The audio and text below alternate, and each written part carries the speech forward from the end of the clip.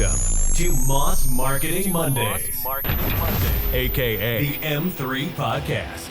Brought to you by Moss Marketing Group, bringing you everything marketing every Monday.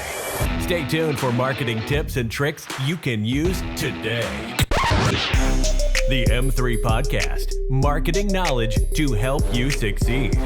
Let's get started. Welcome back to the M3 Podcast. This week, we don't have anyone from the MMG crew at the table. We got Johnny, we got Philip, we got Corey Thompson. I mean, this is a podcast we might have to edit a bit out of. So I'm excited to see where this goes. It's gonna go over hunting. It's gonna go over farming. It's gonna go over God knows what. So, the amount of conversations we've had at the lake, I don't think there should be any shortage of topics to go over on this podcast. So, it's we probably should have been filming the last hour before we started, and that could have just been a precursor. Precursor to I'm really glad we did. Yeah. I mean, we were talking about just having you and Ben talk about guns for a whole YouTube channel of its own. So, where do you want to start? What is something that you have a topic you want to talk on? You name it. Actually, I do know where I want to start. I want to start with so we farm up near Sturtsville, Missouri. Farm cattle and corn and soybeans. And a few years ago, we ended up needing some more help, and we ended up getting some South African boys, and Philip Lawrence and Johnny Vandersheef. Good bunch, guys. Close. I never have. He's only been here 3 years. I haven't got the last name down yet, but he is a good friend of ours. And so we got to know them, and we got to know their families and stuff. And then, so how'd you get on that when you figured out? How'd you figure out that you wanted South Africans to begin with? Well, so in agriculture, it always seems like we're always short on labor. Of course, I'm assuming that's the same with all businesses. I don't know. I've only been in ag business, so I don't know on other businesses, but it just seems like it is. And we always need more help.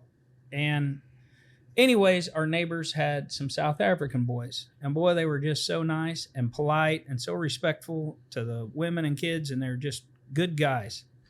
Well, neighbors mentioned them to us. We met them. We really liked them. My wife and I showed interest in seeing if we could get some help. And one of their boys mentioned Philip and Cornelius, which are our first two guys that came over. And I called Philip on the phone, spoke to him for a few minutes, hired him. And I said, well, now I'm going to call Cornelius. And he says, sir, his English not very good. So I spoke to Cornelius for about 30 seconds. And I thought, well, I don't really know what the fuck I thought. I said, I guess you're hired. We got to do some translation. You're going to have to learn some English because this shit ain't working out already, but I think you're going to be all right. Sir, I'm going to interrupt you for 1 second. Right after I talked to you and I warned Cornelius, I told him he's going to be calling you. And then it wasn't long after that, Cornelius calls me. He's like, I don't know what we spoke about, but I don't know if I'm hired or not. I told him, you're definitely hired. Don't worry about that part. They're hired. We got the job. So, anyways.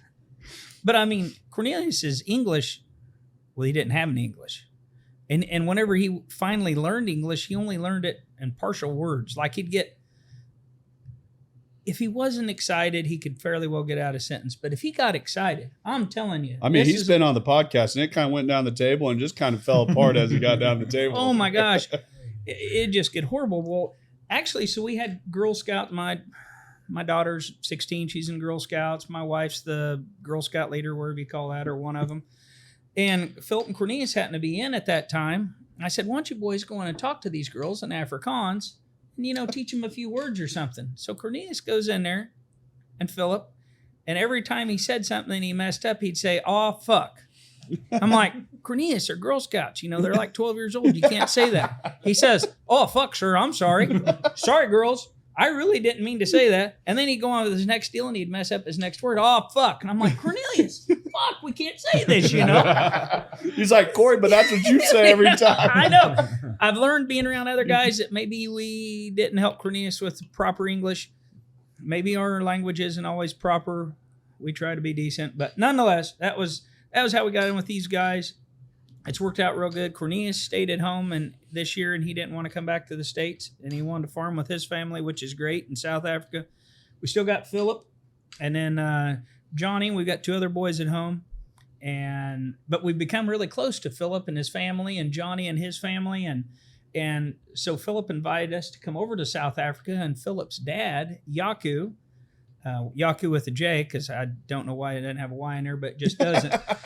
But Yaku is a PH, a professional hunter, and he takes us hunting.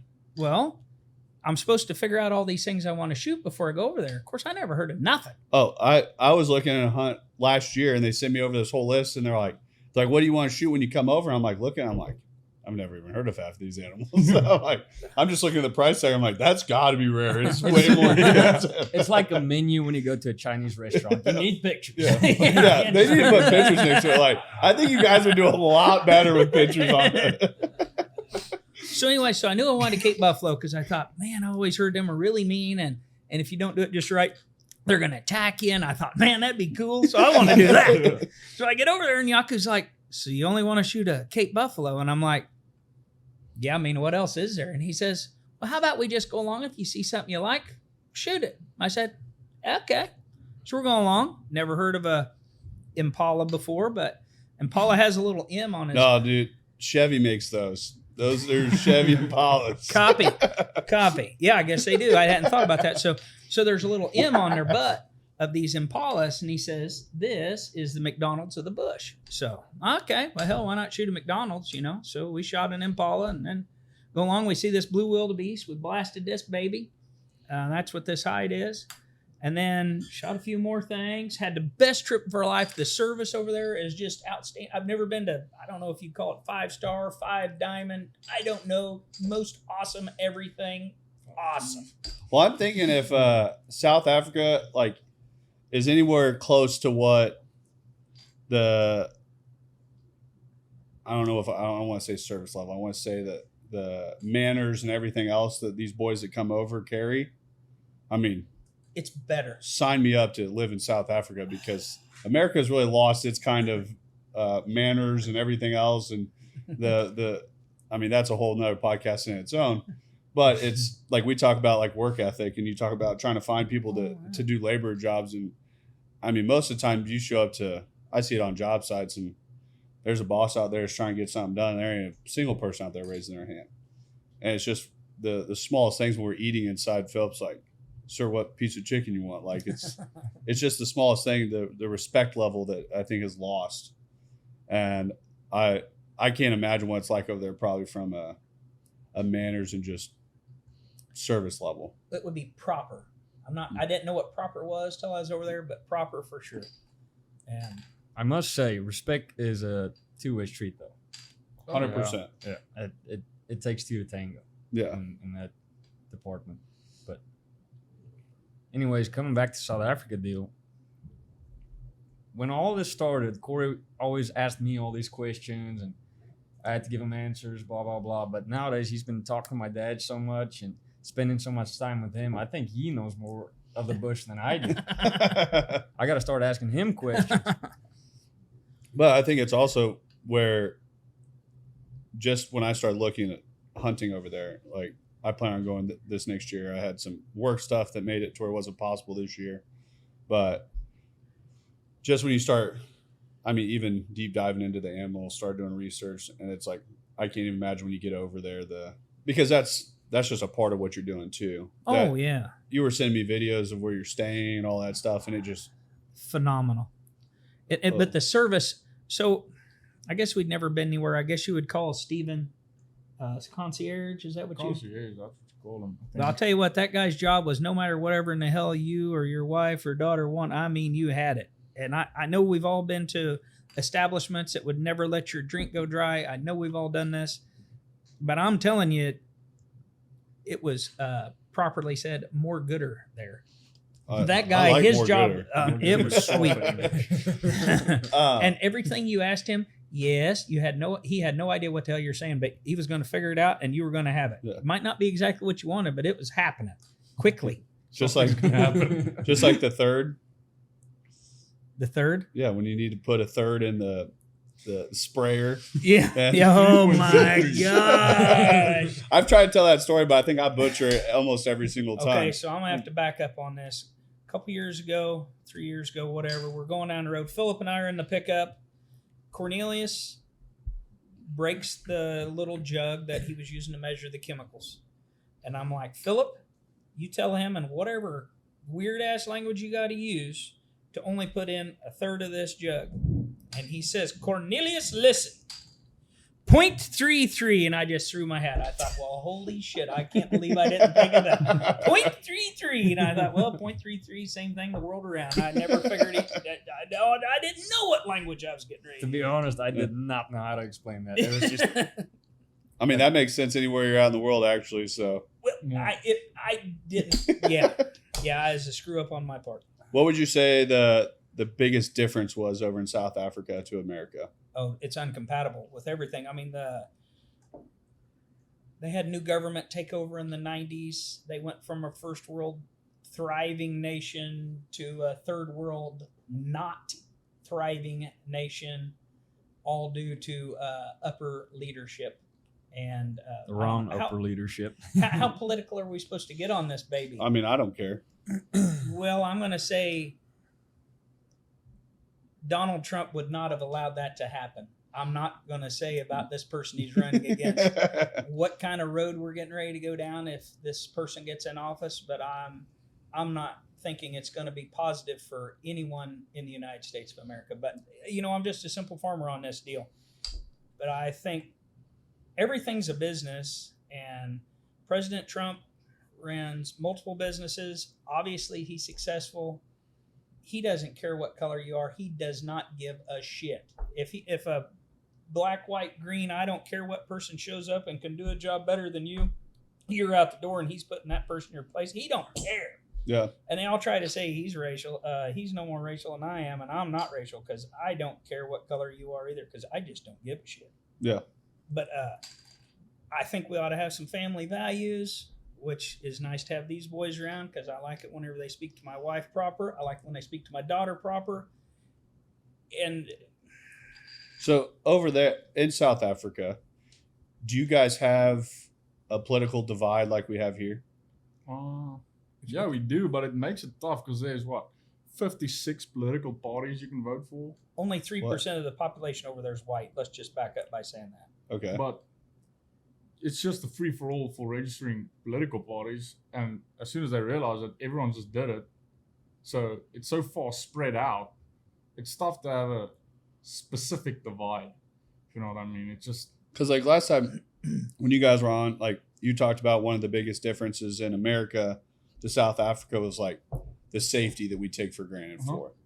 That we don't have to have walls around our houses. Like we don't have to have the normal, like just the security side that like you guys have police officers that just publicly work. yeah. Where you guys have to have like private security for certain areas. And I think that that's a thing that blows my mind that people take for granted here.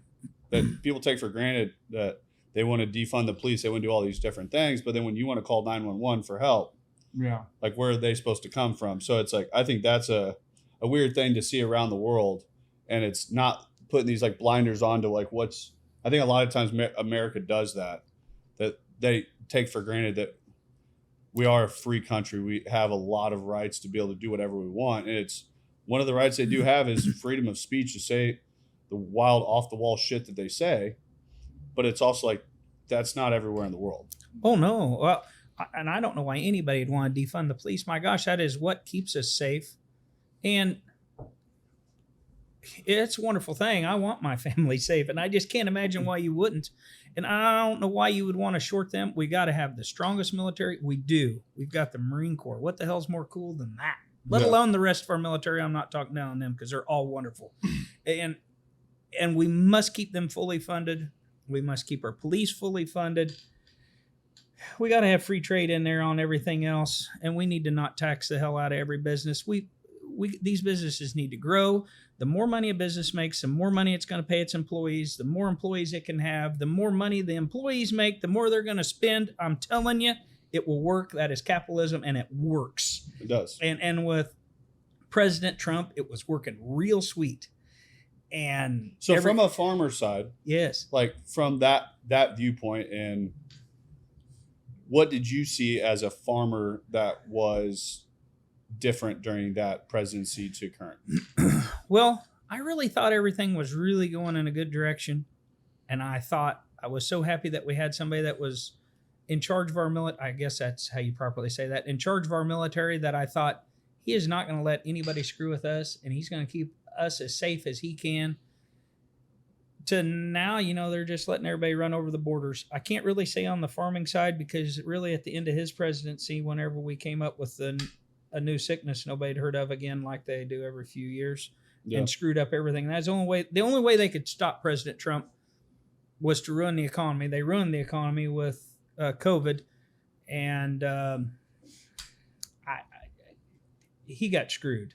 Yeah, in the process, we got screwed. Yeah, and I definitely, I've always told people that if people don't think there's a higher power with government worldwide, then they're crazy not to believe that. Like, good, bad, indifferent, whatever direction is, they hold a lot more power than what people know. And that's where I always think of like different industries. Like, there was a reason I went into the marketing space, and the reason is, in the marketing space, I've had a lot of people like, well, you're in an industry that could really get hurt with the economic downturn.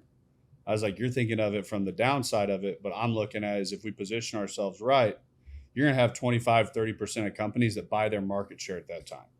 Like, that's what I'm preparing for. Like, we're stockpiling, because if that economic downturn comes, when every other marketing company pulls back, we drive forward.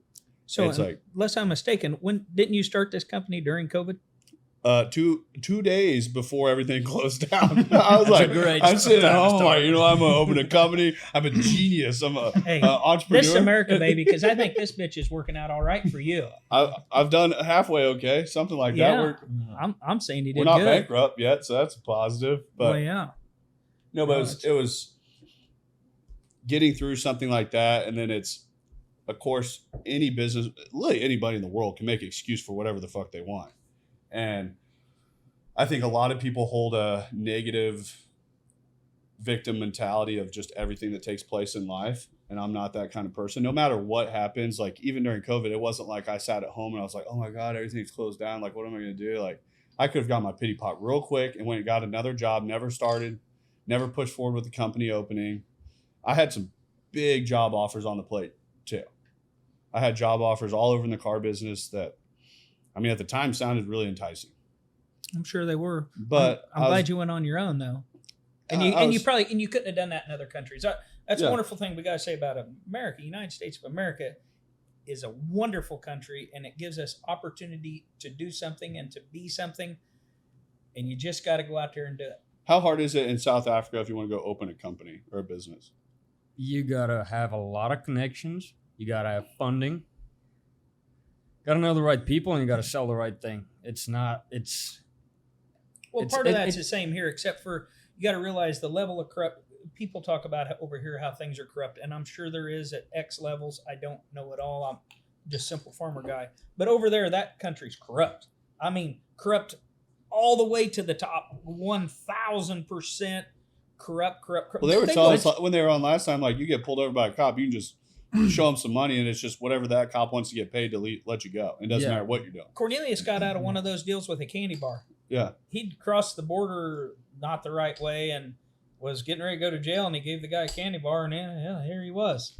Yeah. Yeah, I mean, The thing with opening a company over there is you can't go open a company with the thought that you're going to be the owner of this company. So this trails back to the corruptness. If you go open a company, you being white, Caucasian male, female, what have you, you're only allowed to have the minimal stake in that company. The most you can own for your own company is 49%. Needs to be primarily owned by a colored person. Doesn't matter what it is. That's the way it is. That probably also depends on how big you want to take this company. It does, but if you want to get any sort of government grant, any company, whatever, you'd have to have, they call it BEE. It's called Black Economic Empowerment. You have to have a certain number of your employees be BEE registered. Otherwise, you might as well just not apply. See, that's what like, and I feel like it's crazy too in America that it's became so like hard to even have discussions with people about. Like, I'm the person that I can have a discussion. We can think differently. I can get done with it. We part friends. No big deal. Like, do we have to agree on everything? Absolutely not. No. I'm cool with that. Like, never am I going to attack somebody personally. Am I going to come unglued, start yelling at them, things like that? And that's where I think America's became in such a weird state, is that you can't actually have legitimate conversations with people. That you just start getting yelled at by, if you like Trump, then all of a sudden you're racist. If you're Republican, you're whatever it may be, that you just start getting yelled at for every which direction. I've ran into it at places too. And it's like, I'm not even somebody that's out like publicizing my political belief all the time. Like, I understand that it comes in business. Mm-hmm. Like, I do keep a pretty fine line on it, but most people understand where I'm at. And I have companies we work with that are on the other side of the fence that I actually very much enjoy. Like, I don't know how sometimes we're so far different on a political stand. Yeah. But it's like that. This Saturday, I was with two people that have a different political belief, and I was talking to them, and we had a very level-headed conversation about it. And it's like, I don't know what's happening in our world to where that's not a thing anymore. And I'm never out to be malicious towards people in general.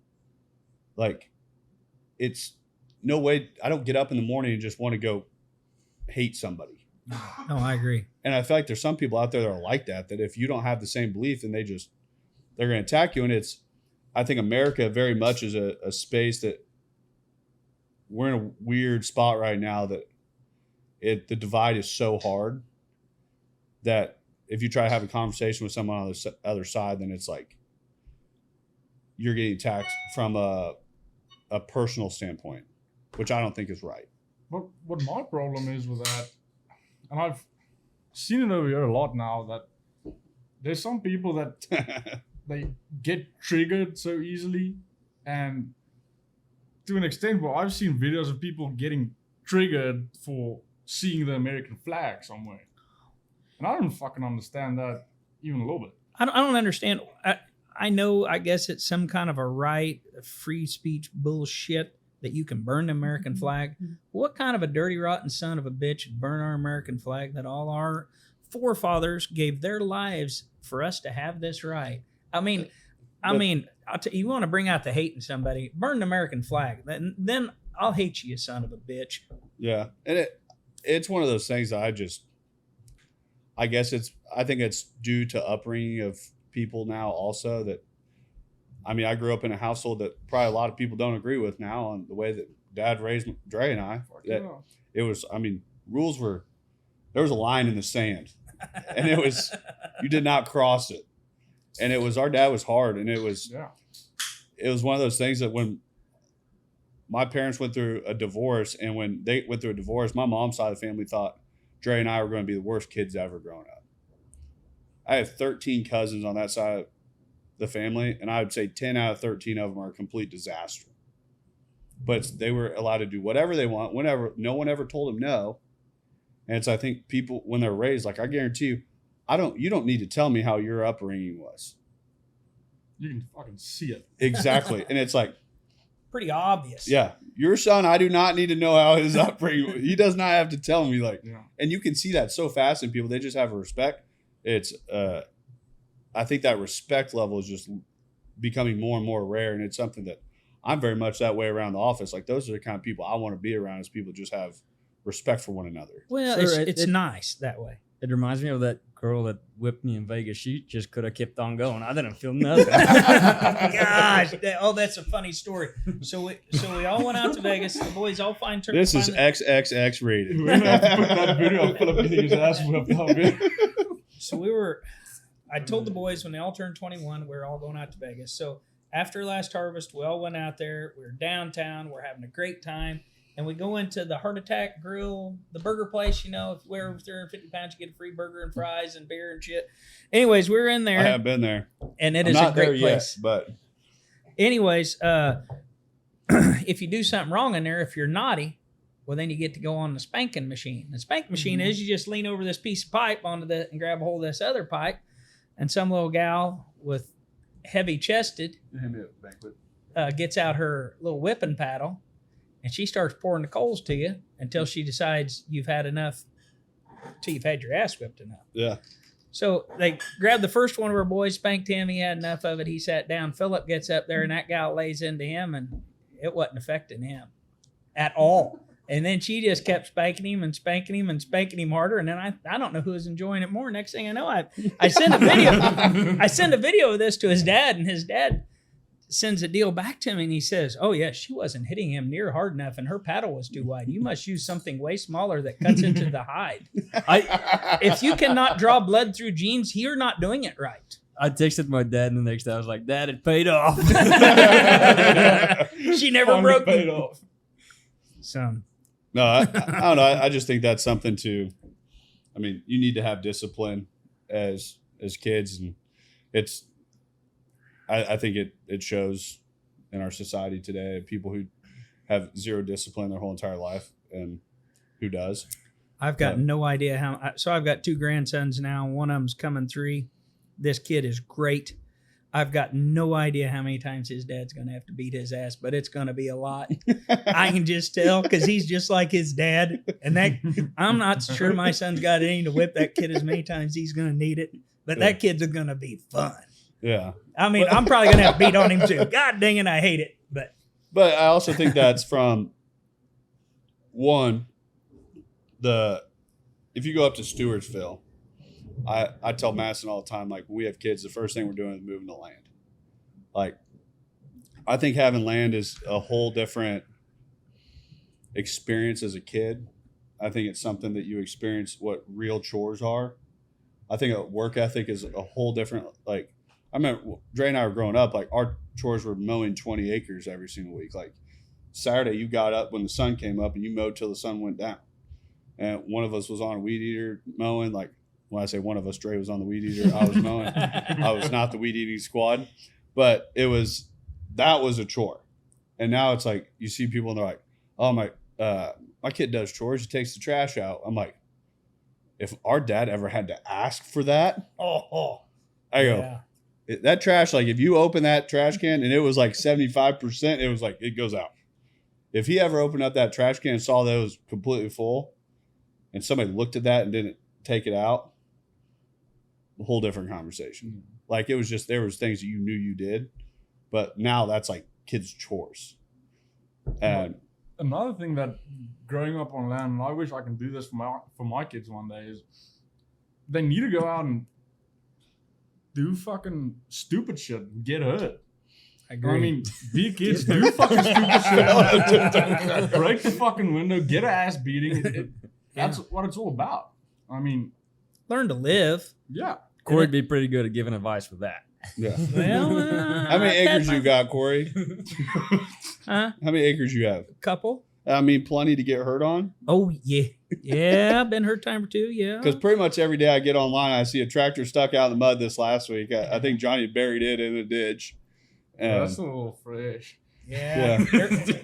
Johnny got his ass chewed for that one, and then Philip got his ass chewed because he couldn't pull Johnny out for that one. Then my son got his ass chewed because he wasn't there quick enough to get him pulled out with the bigger tractor we had to bring. I chewed somebody else's ass. I don't know why, because that's how it just goes. I like when I show up there. Like, it was funny. Boyan said, he goes, "If you show up to Corey's farm," he goes, "you're just one of the hands." I was like, I go, "What do you mean?" He goes, "When you show up, he's just going to start telling you what to do." Like, first time I show up, he's like, dang, get on that. He's like, "Boyan." And he's like, "Yeah." I'm like, all right. Guess we're just part of the system now. You guys showed up there on 4th of July morning, 6 o'clock, Yeah. skinning those hogs. Well, getting the hogs first and then skinning them. Yeah. He just got out, he's got his nice outfit on for the day. And There was way too many hands involved in that deal. And That's we- I was saying. I got cut 3 different times Yeah, on that. that's and exactly why I complained. stayed out of it. I stayed in it. There's knives just zipping around everywhere. I'm like, I want no part of that. Then all of a sudden, they're like, everyone's bleeding. Everyone has a cut on their hand somewhere. I'm like, I'm cool, guys. And Corey's like, "You want to rinse this hog off?" I'm like, I'll spray it with the hose. Well, yeah, but I mean, realistically, 2 hogs loaded, guts loaded, everything out of there in what, 31 minutes? Well, what was the speed that was taking place on the second hog? Yeah, they were were fucking behind. around. Yeah. Because we had ours done and had to go help them We with didn't theirs. even have ours hanging. We did it on the ground. Yeah, I agree. Yeah, there was Maybe like that's you two the and problem. Boyan. They should've And I mean, they had like they You know what I had should've like done? 15 guys over at theirs, and I don't know what they were doing. After I used to got have you guys fucking- started, I should have went down to their home. Yeah, Yeah. that I would think probably- that's the problem with having too many hands. Sometimes you got to wait for someone to do their shit for you to do your shit, and then it's just all See, over I the was place. feel like I was just being get more in. efficient, just staying out of the way. Let's just I was get like- in. I was like, anything you need me to grab you anything? Just I got pull. Yeah. He would say, grab this and pull. I'm like, and then he'd start knifing that way. I'm like, I'm out. I'm like- No, but- It gets pretty small real quick. so have you farmed your whole entire life? Yes. So my dad farmed, my forefathers farmed. We've all farmed, yeah. Has it always been Stewartsville? Yeah. Yeah. Been there for a while. Long time. February 22nd, 1851 is when the place I live at now is homesteaded. That's pretty damn cool. Yeah. That place has been purchased twice. It was purchased in the Louisiana Purchase, and then I purchased it from my dad, aunt, and uncle in 2003. That's some history there. That's Holy a pretty shit. Cool story. Yeah. I like it every time. I know. I had no earthly idea it was that old. You didn't know it's February 22nd? No, news to me. News to me. Yeah. So, but I'm really proud of what we've done. My wife and I farm up there, and it was two of us for a long time, and then son came along and was kind of part of the operation. My son's now 27, and he's a go-getter. Yeah. And then, That boy can ride a horse. Oh yeah, he can pretty well do about everything, and pretty fast. Yeah. And so he's real ambitious. So we're lucky that we all work together. And wife still runs a tractor. She doesn't have to run one in the spring anymore since these guys are here. But she's always there in the fall. So we're pretty in depth. You'll see no one better than a grain cart. Do what? You'll see no one better than a grain cart and harvest time than Cherry. So for years, when it was just my wife and I, and maybe we'd have a hired hand run the spur or something, she would always work all the ground. We always worked all our ground, all our corn ground for sure, and a lot of our bean ground. But she'd go out there and just start working ground. Well, there wouldn't be anybody to go pick her up because I was in the planter trying to catch her, and so she wouldn't get to go home for a couple days at a time, lots of times, because the only one to come get her would be me while I was in the other tractor. So I wasn't a lot of help to her. And if she had a little problem, she just had to figure it out. We didn't. I think You found a that's our keeper there. motto on Yeah. Thompson Farms. Yeah. I'm gonna leave the F word out, but we got to figure it out. Yeah. But I'll tell you what, there's a lot of things in this world. If you just try a little harder, you can figure it out. That's the problem solving mentality. That if you have the problem solving mentality, I talk with a lot of business owners week over week, and I can tell really quickly if somebody has it or not, where they identify problems and whatever it may be, and they just figure out how to have a solution to it. But there's some people that it's like that problem can arise, and you have two lenses to look at. It's like, hey, this is how I figure out, this is how we move forward, or here's an opportunity to make an excuse that it was someone else's fault, whatever it may be. Well, I'll tell you what, when you're this is my opinion, when you're the owner of something, just because something goes a little awry or this is in the way or this happens, we're still getting to the other end of that son of a bitch. And we ain't quitting until we get to the other end of that son of a bitch. So we can either move this little thing out of the way or get pulled out or figure it out, or it's happening. Yeah. So don't give me any excuse why it's not happening, because it is happening. And it might not be near as convenient as it would have been had we not screwed up what we just screwed up, but it will happen. It has to happen, because if it doesn't happen, we're done. Which I think that's a lot of, at least something I know that I took away from growing up. I assume that's man. how it was at your place. It was like my dad, like he didn't give a shit what you called him about. It was you fix it. You'd be out, and I remember I'm on zero turn. We just cut down these pine trees up at like our curve and everything, and You had hit a this stump. the stump that was like angled on the Hit it. side. Man, Hits I knew and it. Just As soon as you- slices the front tire, and those hard ass front tires on those zero turns, biggest bitch of a tire you're ever going to change in your life. So I'm out there, and like it's not up at the barn or anything. So I go up to the barn, I grab the gator, I get all the stuff, I go down there, I jack it up, I get the tire off, I go up to the John Deere store, and I asked them if they could change it out. They're like, yeah, we don't have anybody to do it today. So Did you go take one off one of the tires in the front lot? they had a tire there. They just didn't have they didn't have somebody there to do it. So I had it in the back of the truck. So I drive back home. I was like, all right, I'll change it. I'm up in the barn working on this thing for 2-3 hours. And I was pissed. And I go out there, I finally get it back on and get all the tools picked back up, everything taken back up to the barn. I start mowing. My dad comes rolling in probably 45 minutes after I get done. He rolls up and just starts ripping me a new one because I don't have the whole yard done yet. Because he's thinking based on the time I started to here. Yeah. But I was like, I never called I messed up the tire. Like it was just, and he pulled up. Yeah. I told him, I was like, hey, I had a tire problem. I got it fixed. But it was like, I got to the spot that calling him, there was no help in that. Like, what? I believe it. Like, what was, if I called him, all I was going to do is get yelled at because I called him. He just told me to fucking fix it. So it's like, so you have those things go, I just got to where I was really good at problem solving on all these things that would go wrong. And who knew what it was? Like, every time you're out there, when you're just putting that many hours on equipment, I mean, I see it with the Corey that has CP excavating. Oh when gosh. I'm out at his job sites, the stuff that goes wrong, just like every single day that I'm out there, I'm like, and his main rule that he has in his whole business, if somebody comes to him, he goes, you better have 3 solutions for me. And I told him, I was like, yeah, that's great in theory. And then we're out there and this dozer stops, has a hydraulic leak. Guy comes over, he's like, I've already called so-and-so. He's 10 minutes out. He goes, it's going to be this, or this. And he goes, he has these 2 parts with him. If it's this part, he goes, I already called them. They got this part and everything. And this guy goes like right back the other way. And I look at Corey, I was like, that's a solid dude to have. Here, yeah. How many times do you have to get his ass chewed before that happens? Exactly. But I'm like, once you get to that spot, and then it's like, in my position where I'm at, I'm the last line. Like, now in business, I don't have anybody I can call. No. Say, hey, how do I fix this? Like, and that's the hard thing too in business. A lot of times when you have to make that decision, that you don't know if it's right or wrong. Because it's on you now. Well, you just have to make it. And then you have some people that are just like, great. And then there's some people that try to go against you. And it's like, I'm not saying it's correct. I'm saying it's moving forward. Oh, yeah.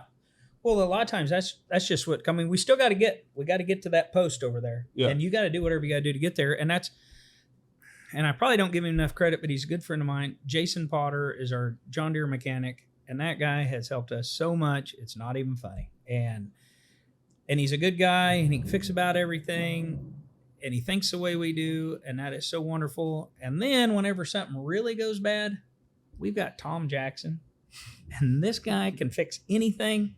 I mean, shit that's been around, he just cuts it out and fixes it. I really don't know how in the hell he does. And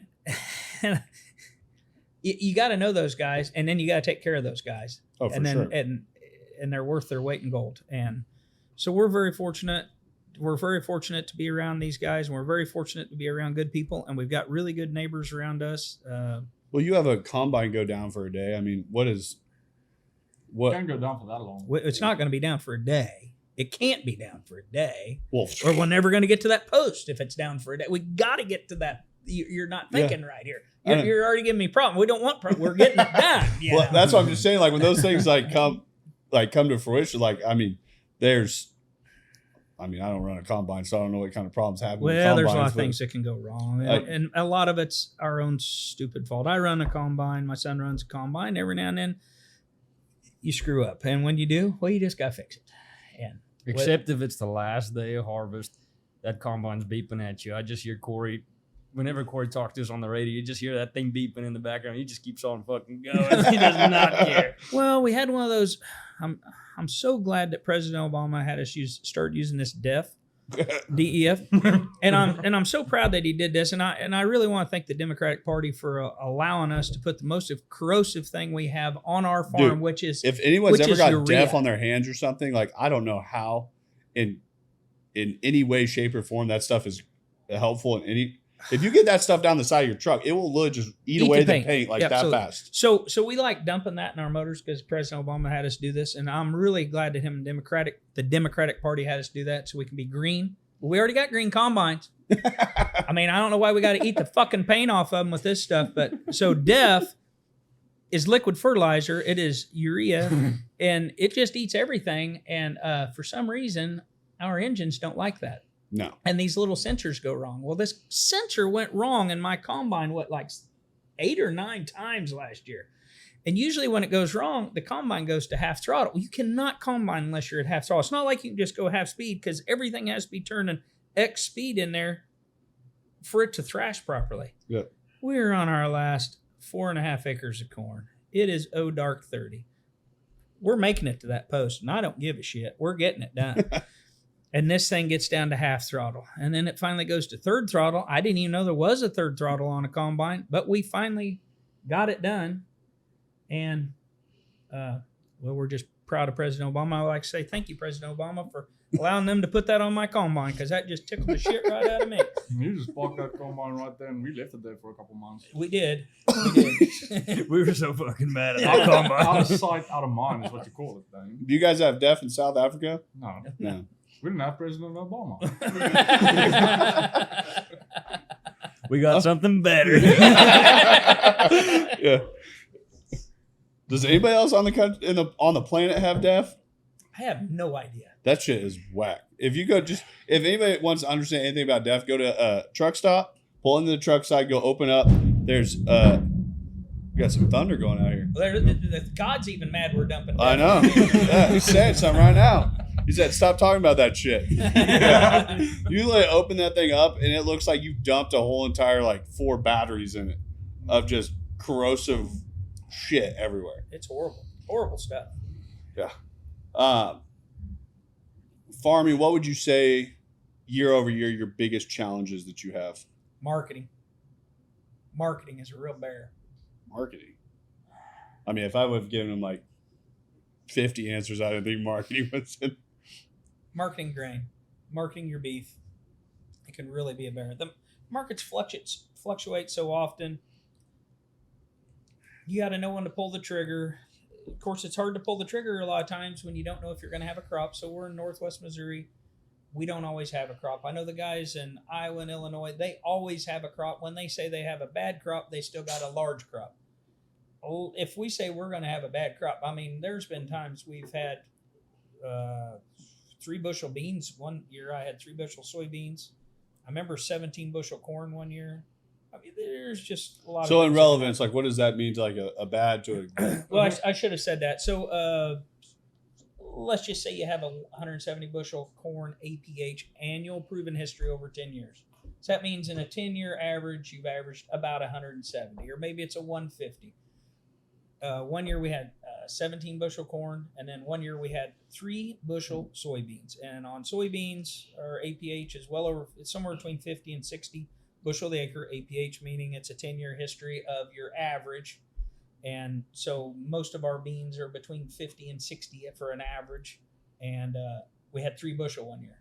Well, now it would sure suck if you had your soybeans sold and then you had to go buy 47 bushel of soybeans because you sold 50 bushel of them and the price had doubled. So that has only happened once. The corn to me has only happened to me like that once. We're generally going to have something, but it's hard. You hate to sell too much because the price might go up. Because if it is a bad year, so it's all supply and demand, or should be. The less crop you have, the more demand there'll be for it. So the price might double. Like in 2012, 2020, the price doubled on all that stuff. And it was wonderful that it did. 2012, we didn't have a crop, but we had crop insurance, so things were fine. 2020, we had a crop, so that was nice. If you didn't already have too much of it sold, at a lower price. And it's all supply and demand. And it's hard to, there's so many variables as to what can happen. Yeah. That's like on a guy selling cars. Okay, now you know at least what you've got in this car. Yeah. Now we just got to figure out what you can get out of it. And it's kind of the same thing, I guess. Which I think that the crazy thing in auto sales, why a lot of times people struggle so much with it, is because they don't listen to what actual market is. There's a lot of times, you can take a truck that's worth $20,000 and you go sell buy for $25,000. That doesn't mean that truck is worth you selling it for 27 or 30.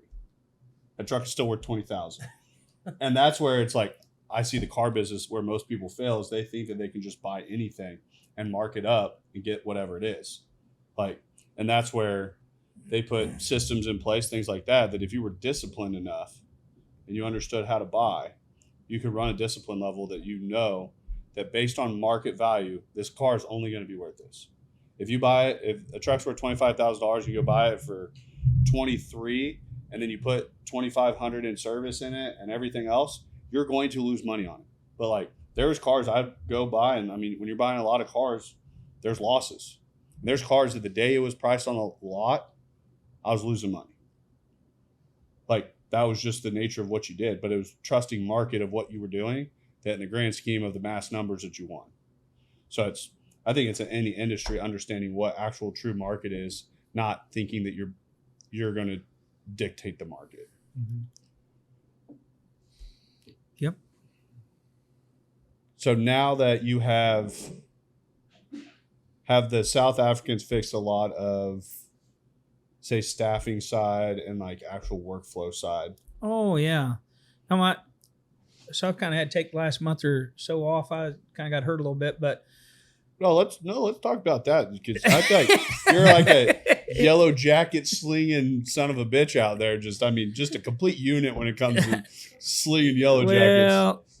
I would say Corey 0, Yellow Jackets 1 right now. I can't really disagree at this point. Every now and then we have to admit failure. I failed. So July 21st, I turned 51 years old. Never thought I'd make it to 50, but I made it to 51. Stayed night at the lake. Next morning, go back to the farm, mess with some cattle. Son and I go get this corral ready so we could work cattle the next day. And it's a steel corral. We only use it twice a year. Corey did not work cattle the next day. Corey did not make it to cattle work the next day. Corey got a special bed next day. Yeah. So all these yellow jackets start pouring in. Yellow jackets like a wasp, except for they bite about 3 times as hard. They call them stings, but I'm calling them bites. You can't sting that hard. Anyways, they bite chunks. Anyways, these things start pouring out of these steel pipes everywhere on this corral.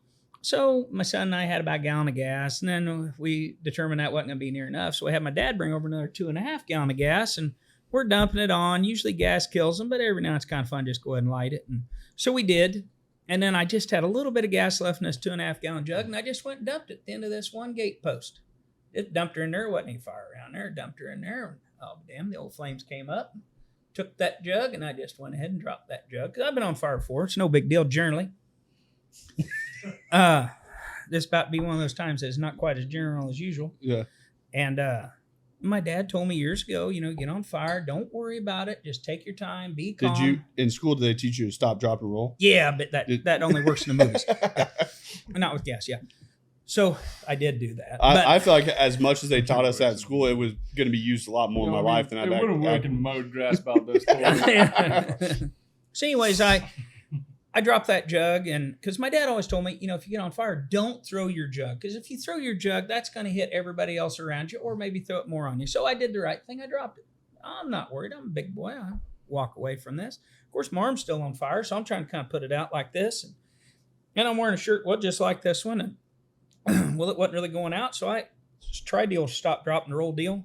And I'm rolling around cow shit. Next thing I know, my son's piled on top of me, just beating the hell out of me, taking out all the things I've done to him in his previous 27 years. He's getting even with me right now. And finally, he grabs my denim shirt and just rips it off of me and just rips it out over my arms. And when he did, boy, he just took all that hide right with it, right over the end of the fingers. But put the fire out. Sweet. So you'd think this deal's over. Well, it wasn't. So we were over there. We were about 8 or 9 miles from home, and we had a tractor and a gator. So we jumped in our John Deere gator and drive home. My son dropped me off at the house, and I stepped in the shower for about 15 minutes, as cold as the water had possibly come out of the shower, and it was feeling pretty good. I kind of thought we were on the road to recovery real quick. Just keep in mind, that gator only goes 44.9 miles an hour. Peyton had it going 47. I don't know how. I think he was shoving extra hard. But anyways, he drops me up door. I'm in the shower. Get all undressed in the shower. Fine. Already lost my shirt. Fine. Took off short. Everything's off. Fine. Son shows up. Then he gets a pickup. Come grab me. Take me down to KU Med.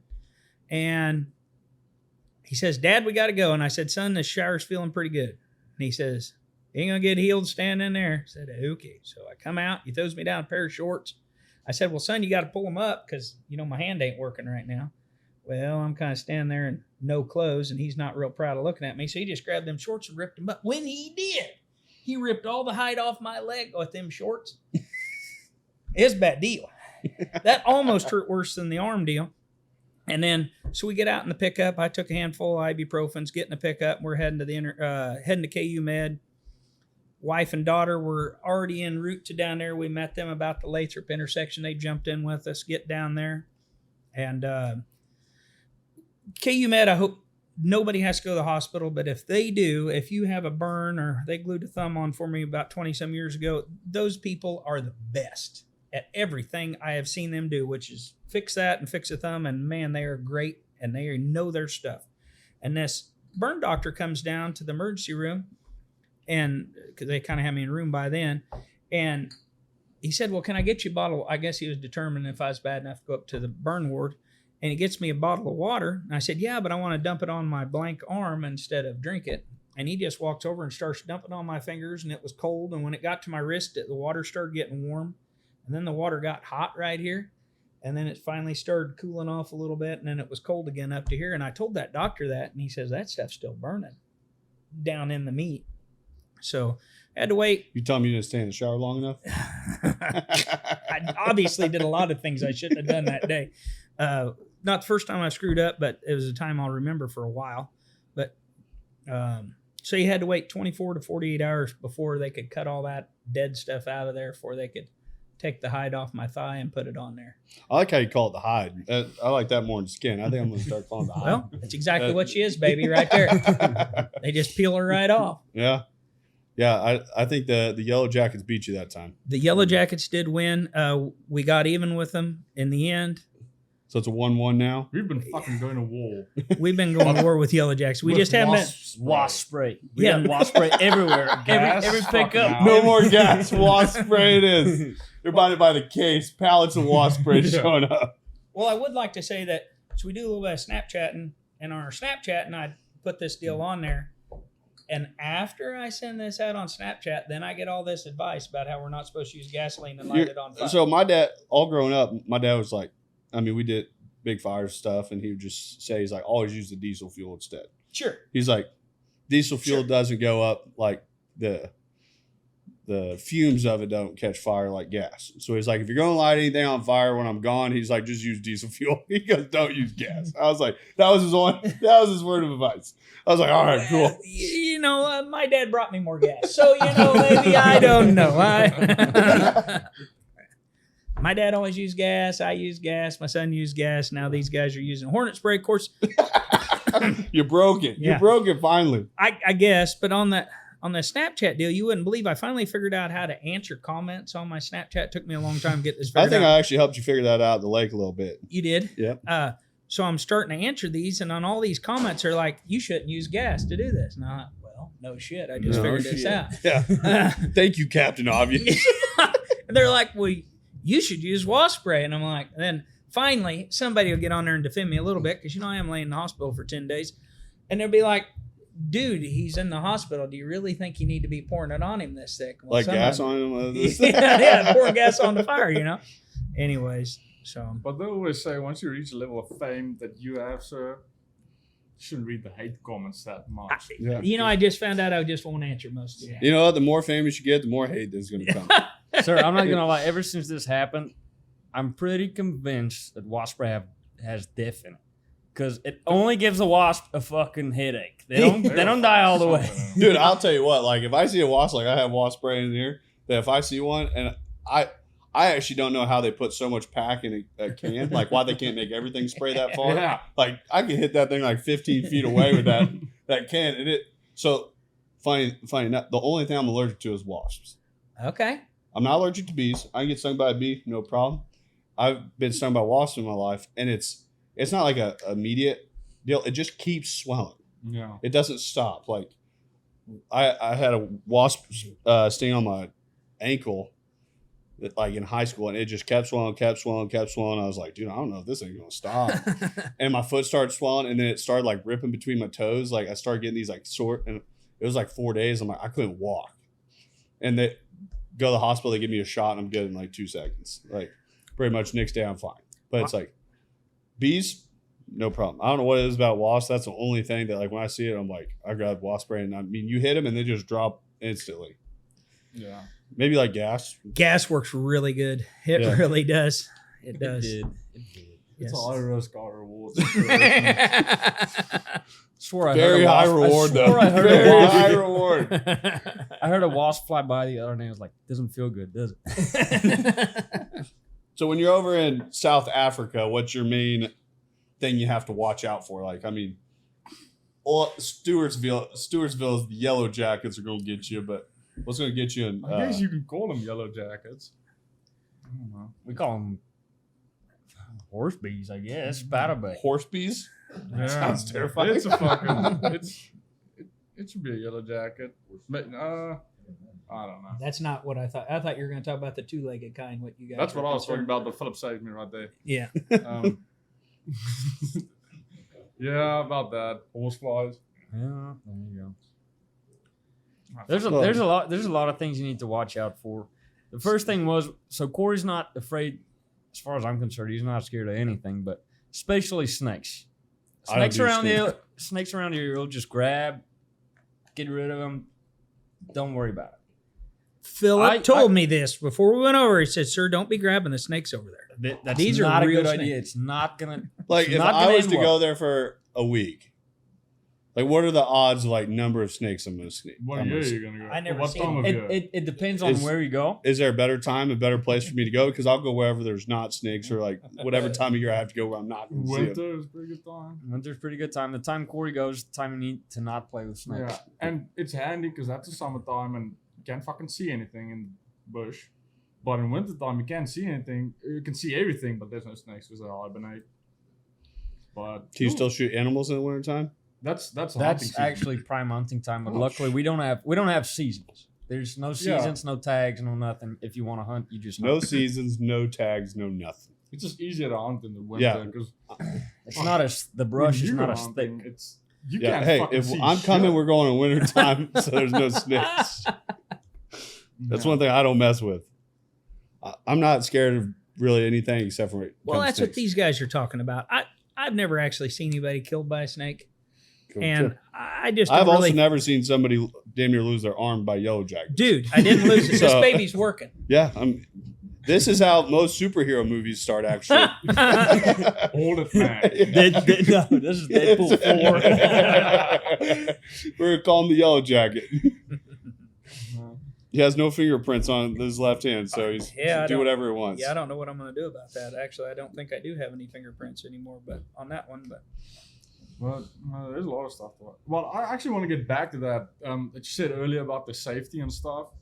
So, I guess a couple people saw our previous podcast. Yep. And I was at a bar drinking in South Africa, and this guy came up to me and he's like, "Well, you talked a lot of shit on South Africa about the safety and that shit." And I said, "What's wrong with that?" He goes, Hey, "Oh, well, we're that's-" going international, boys. We're Yeah. going international in South And Africa. I said, "What's wrong with that?" And he goes, "Well, don't you have any fucking pride?" I said, "Do you have any fucking eyes? Do you know what it's like? Where do you Pride live?" in what? Oh no, I live. Do you have any fences around your house? Yeah, I do. Well, have you ever felt the feeling of stopping at a Walmart or wherever the fuck and just leaving your pickup running because it's hot outside and you don't want to heat up by the time you get back in 30 minutes? Well, I've never had that. Well, Yeah, you can do there that, you fucking Cameron, go. Missouri. Yeah, keys are in my pickup right now, dude. yeah. I live in a pretty bad neighborhood, so you gotta watch out over here. No, but I do think it's something that when Back Dal- till we have police. we have police, Go ahead. but Mhm. like Dalton and I were in Spain for 6 weeks, and it's just crazy to see how different cultures are and how different. Like, we stayed in a town that had, like, the crime rate, I guarantee, was 0. Like, everyone knew everybody. Like, a single thing was not going to happen up there. I never saw a cop the whole entire time we were there. Like, but I bet there was some somewhere. I don't know. You think there was cops in Ainsa? I know. I mean, we were there for 4 weeks, never saw a single one, but I never even saw a single person even get out of line. But I Like- wanted to say earlier with you guys saying defund the police, that's all well and good for those fuckers that say that, but when They've all you defund the police and they're not around anymore, then you need to pay for private security to keep you safe. And who's gonna fucking bitch and moan again? Them. People want to talk about when it's convenient. Yeah. When But let's not bring logic into this discussion. Yeah, that gets to a whole thing where when it comes to government spending money and taxing money, I talk about it all the time. Like, you even pull into nice neighborhoods, and one of my big frustrations with like our neighborhood is it's technically Kansas City, so it's Kansas City roads. You come into a nice neighborhood like this, see how shitty our street was coming up here? We live on a gravel road, dude. Fair statement. I'll take it. But my neighbor's my dad, and he's across the pasture. And I got these knuckleheads out living in the bunkhouse behind our house. So, I mean, that is our neighbors. But, like... And if we want our road fixed, we just go fix it. Yeah. Growing up, like, our road was not great to my dad's house by any means, but it's also... I look at just the things that money goes to, and it's like where money's allocated, where I see things and, like, not even getting into too deep in the weeds on it. The money that Kansas City spends wrapping those streetcars, those are $45,000 each time they get wrapped inside and out. Like, for the most off-the-wall causes. Yeah. And they do them every month. Like, every month's a different fucking month. Or how about when I leave my office one day and I go down to OP after it snowed and there's 15 cars sitting on the side of the road with flats from potholes. You think maybe grabbing that money to go fix that instead of wrapping these fucking streetcars would be a better move? Like, I don't think people really care if they were all white or all black or something like that, fucking zipping up and down the roads. Like, and granted, once in a while they have like sponsorships on them, but 50% of the time they don't. They have like, I think they're up to 8 of them now, but it's like the money allocation on where it goes. And that's the other thing too, is when you get into business, like you have people that don't understand business taxes. They don't understand the things that are put in place to utilize just to save money as a business. And then they look as a bad thing. Yeah. And it's like, oh, you're using that. That's a bad thing. I'm like, yeah, because the government's doing a phenomenal job spending my money. I trust them spending my money for sure. I would way rather it go to the people that I work with to change their lives. I would way rather it go to the things within our walls that we can spend it inside our walls to make their lives different instead of it going to, I mean, how many companies does it take in Kansas City paying their taxes to wrap all these streetcars? There's a few companies that they could probably make a big difference in a lot of people's lives, but they're spending the money instead to wrap streetcars in all pink and shit like that. But now that's all good and well. The city, let's call it bettering themselves or whatever, but now how much money does the Chiefs and the Royals bring into that city? Now they're talking about leaving. Which that's something I 100% agree on, which we get this then fight back to sports teams. We get that they're like, well, the billionaires should be paying for their own stadiums and everything like that. And it's just a very low level thought process. Same thing on YouTube. We get dipshits fucking every single week commenting on stuff that it's fucking Steve 6969 or some God knows who saying that they'll put some 3-paragraph thing like they know politics and they don't even have a profile picture. They have no socials anywhere. Yeah. It's a nobody sitting somewhere that thinks that they know what's going on. And it's like, so we're going to, if you look at Power and Light District when the Royals are doing well, you look at Power and Light District when the Chiefs are doing well.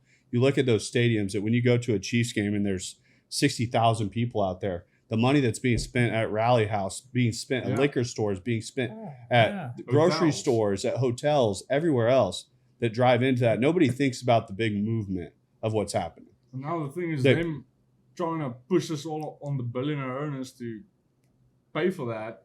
If the city doesn't take care of that team, because they know that team's bringing in a lot of money, that team's just going to fucking leave to the city that'll take care of them. Those are two actually huge drivers of Kansas City right now. Yeah. That T Swift. There you go. And Taylor Swift. By Philip.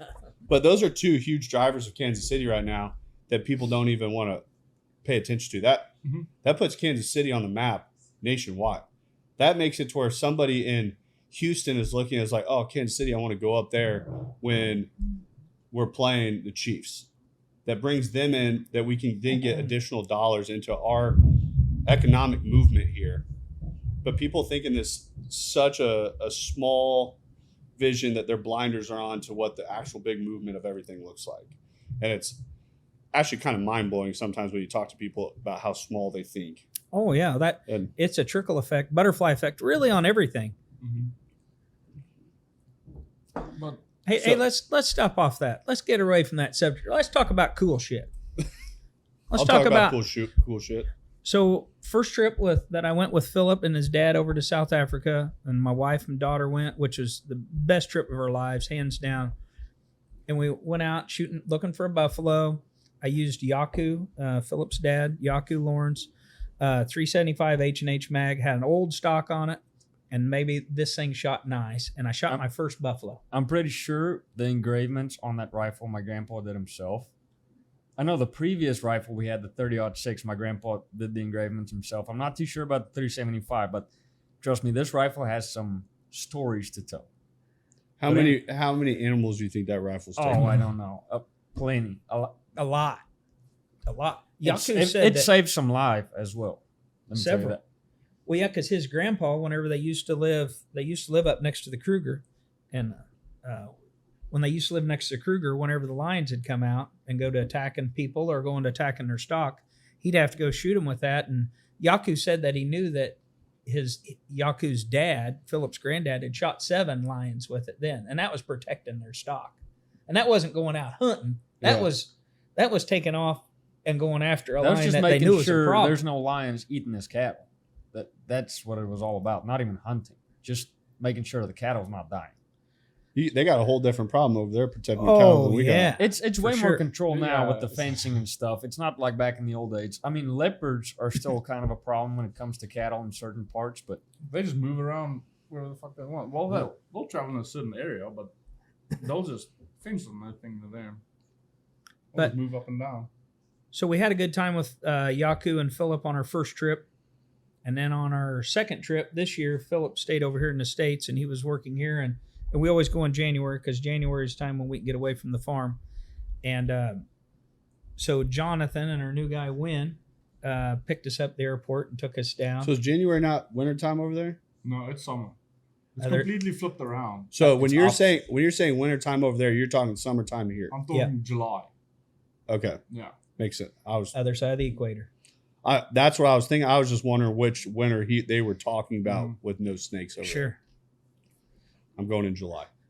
Dude, I'd never seen any snakes over there. I've been over there several days. I haven't seen a snake. It only takes one for me to scream like a little girl and be done. You can't be worried about that stuff. That's why you got somebody like Yaku with you. They take care of that shit. So actually, I was doing a Snapchat. Snake tamer also. And I wish I could find it on my phone, but as I was doing this one Snapchat over this cool river at the Mavubu River Lodge and over the Pongola River, and I was looking at this cool crocodile down there, and Yaku comes up to me, and he's holding this great big scorpion. That thing was about this big, and that was kind of cool. I never got to see a live one, but I seen one somebody had already squished. Yeah. That was kind of cool. But big ones are fun, but it's usually the little ones. The little ones. The bigger the claw. Poisonous. If the claw's big, not dangerous. If the claws are little, step on it. Don't mess. Well, now Yaku said that too. The smaller they were, the meaner they were. That sumbitch looked pretty mean to me. I'm just saying. It looked like a full size, extra big crawdad to me, but it looked pretty mean to me. But he said the little ones were the rough ones. So what about your crocodile hunt over there? Okay, so this year when Johnny and Wynn took me down there to the same place at Mavubu River Lodge with Yaku, I wanted to get a crocodile, and we found one. We couldn't shoot it at Mavubu. We had to go to a different place because he's not allowed to shoot him there because he's right on the river, which is right where the crocodiles are. But they've kind of got some weird rules over there like we do here, weird ones that don't really make sense. You got to go to a place where they're not at, which they are, but that's where we had to go, and we shot one out of a pond. That makes zero sense. Dude, it's back. We're back to politics again, you know. But they can't shoot him at that place because he's on the main river. But if you're off the river, these crocodiles and these hippos will go up in these other farms and go into ponds, or they call them dams. So we saw this cool crocodile, and I wanted to shoot it with my 470, and my 470 doesn't have magnification on it. It does have a red dot on it, but it doesn't have magnification. And you got to shoot them in just the right exact spot. If you don't hit them just perfect, they'll go in the water. Once they go in the water, they're gone. You can't ever find them because if you don't hit them perfect, their tail wags a few times, they're gone. So stepped up there, and it was a little over 60 yards away, which does not sound like very much, but it's when it's the first time you've ever shot a crocodile. I mean, your target's about this big. Yeah, you see two spots. It's just the nose and the eyes. And that's the only thing. Are you shooting it in the water? No, it was on the edge. This was on the edge, and it was laying there with its mouth open. I guess it was just waiting for something to come by to eat, I guess. I mean, crocodiles are the lizards in the sense that they're cold-blooded. So they go bathe out in the sun for a long time and get energy that way. So they'll go back to the water. I think we should start having Johnny's science lessons over here. I like it. Fuck you guys. So this crocodile was there, and I had to shoot him in the what's called the smile of the mouth because I couldn't shoot him top of the head because his head was towards me. And that's pretty cool. Blasted him, and he was a little over 3 meters long, a little over. And I'm going to get me that crocodile was fucking big. Oh, yeah. I got my tooth. Brought my crocodile tooth home. I'm the only one in Sturtsville that I'm aware of that has a crocodile tooth necklace. Your wife loves that, doesn't she? Yeah, a lot of people have asked me. She does, really, she does. And a lot of people have asked me, why I have this shark tooth. Of course, I've never shot a shark, but I have shot a crocodile. So I got and then I'm going to get me a vest made out of it. Yeah? You going to wear that everywhere? Oh, yeah. Sir, let me tell the people the original plan with this crocodile hide. Me and Corey were in his office calling people, trying to figure out where we can make a crocodile bikini out of this hide. I'm getting my wife a crocodile bikini top made out of this son of a bitch. Now, she's not real excited about this. I bet she's not. But she's going to get one. As much one. as she loves the tooth, I can only imagine how much she's just tickled. But after being around me a long time, she's kind of starting to give in a little. I'm surprised you didn't have this thing like fully mounted and put it on top of the barn or something out there. But now, if I would have done that, then I couldn't have had a vest, and I couldn't have had my wife crocodile. The craziest thing too is when I come up to Stewartsville, everything's a shed. I mean, no matter the size, it's a shed. Like I grew up like anything that was more than probably 50 foot long, it's a barn. Like you have barns, and then like a shed, something you go pick up at Home Depot. And like you're up in Stewartsville, it's like, yeah, it's just right on the other side of the shed. I'm like, you talking about that monster ass barn out there? No, the shed. It's on the other side of the shed. Difference is barn is red. Barns are only red. Barns are for livestock. Yeah. Well, we do have some cattle sheds, though, I guess. So, what was your favorite hunt over in South Africa? Well, the crocodile deal was pretty cool, but when I got my second buffalo with my rifle, now that was pretty cool. Keep in mind, between year 1 and 2, Corey managed to purchase this. Yep. So I bought this Krieghoff Classic double barrel rifle, and that's pretty cool. And to put it in perspective, so I know before I didn't get the price tag on it, but can I get the price tag on that? Grab me a bullet over there, would you? Can I get the price tag on this rifle over here? Well, I think they give them away at Walmart. Yeah. They're free $99 actually. So a 243. Everybody's heard of a 243. Oh, everybody's heard of it. Sure. Yeah. So a 243 shoots a 100 grain bullet. You can get an 80, and it's a hell of a lot smaller than this. And this shoots a 500 grain bullet, and that is what you need to shoot your buffalo. And man, oh man, does it work good! It works good on when you crocodile. shot it too. Oh yeah, I got him. So a 243. The recoil of a 243 is somewhere between like 11 and 13 pounds of a kick is what it gives your shoulder. And 470 Nitro Express, 69.8 pounds is what it kicks. Slight difference. A little bit of difference. But when you're on a buffalo I'm no math wizard, but I'd say it's But different. when you're on a crocodile or a buffalo, it doesn't kick at all. You don't notice it. But when you're trying to sight it in. Definitely no. It's horrible. That's why you got these guys. Just have them sighted in. Yell at them when they don't. Keep in mind, the pound of torque that thing gives your shoulder is more than half my weight. And I got to be the lucky motherfucker to do this job. I was going to say, Philip is a little bit smaller than you. Yeah. Yeah, but what is it? He's scrappy. Is Scrappy. that the right word? Scrappy. That's supposed to be. And that's the right word? Old Scrappy down there. Scrappy down there. I'm pretty sure that's what they called the puppy in Scooby-Doo. What was it in the Scrappy-Doo. in the replacements? What'd they say? That one kicker, he says, damn it, the one. What are you talking about? That movie, The Replacements, the kicker. The one that got in trouble for throwing the game or was going to throw the game. Are you talking about longest yard? No. Replacements. The replacements, the football deal. Oh. But the guy the kicker guy, I'm the out. kind of Australian kicker guy, and he goes up and kicks a guy in the nuts, and he says, what the hell did he say? He didn't say he was scrappy. He said he was what? You guys. Wow. You guys are killing me. Yeah. Logan's got his laptop over there. He's not even figuring it out. It feels pretty cool every time we talk to the peanut gallery. It feels like Joe Rogan talking to Jamie out there. We got our own crowd out here. Though. Yeah. We'll have the answer here shortly. But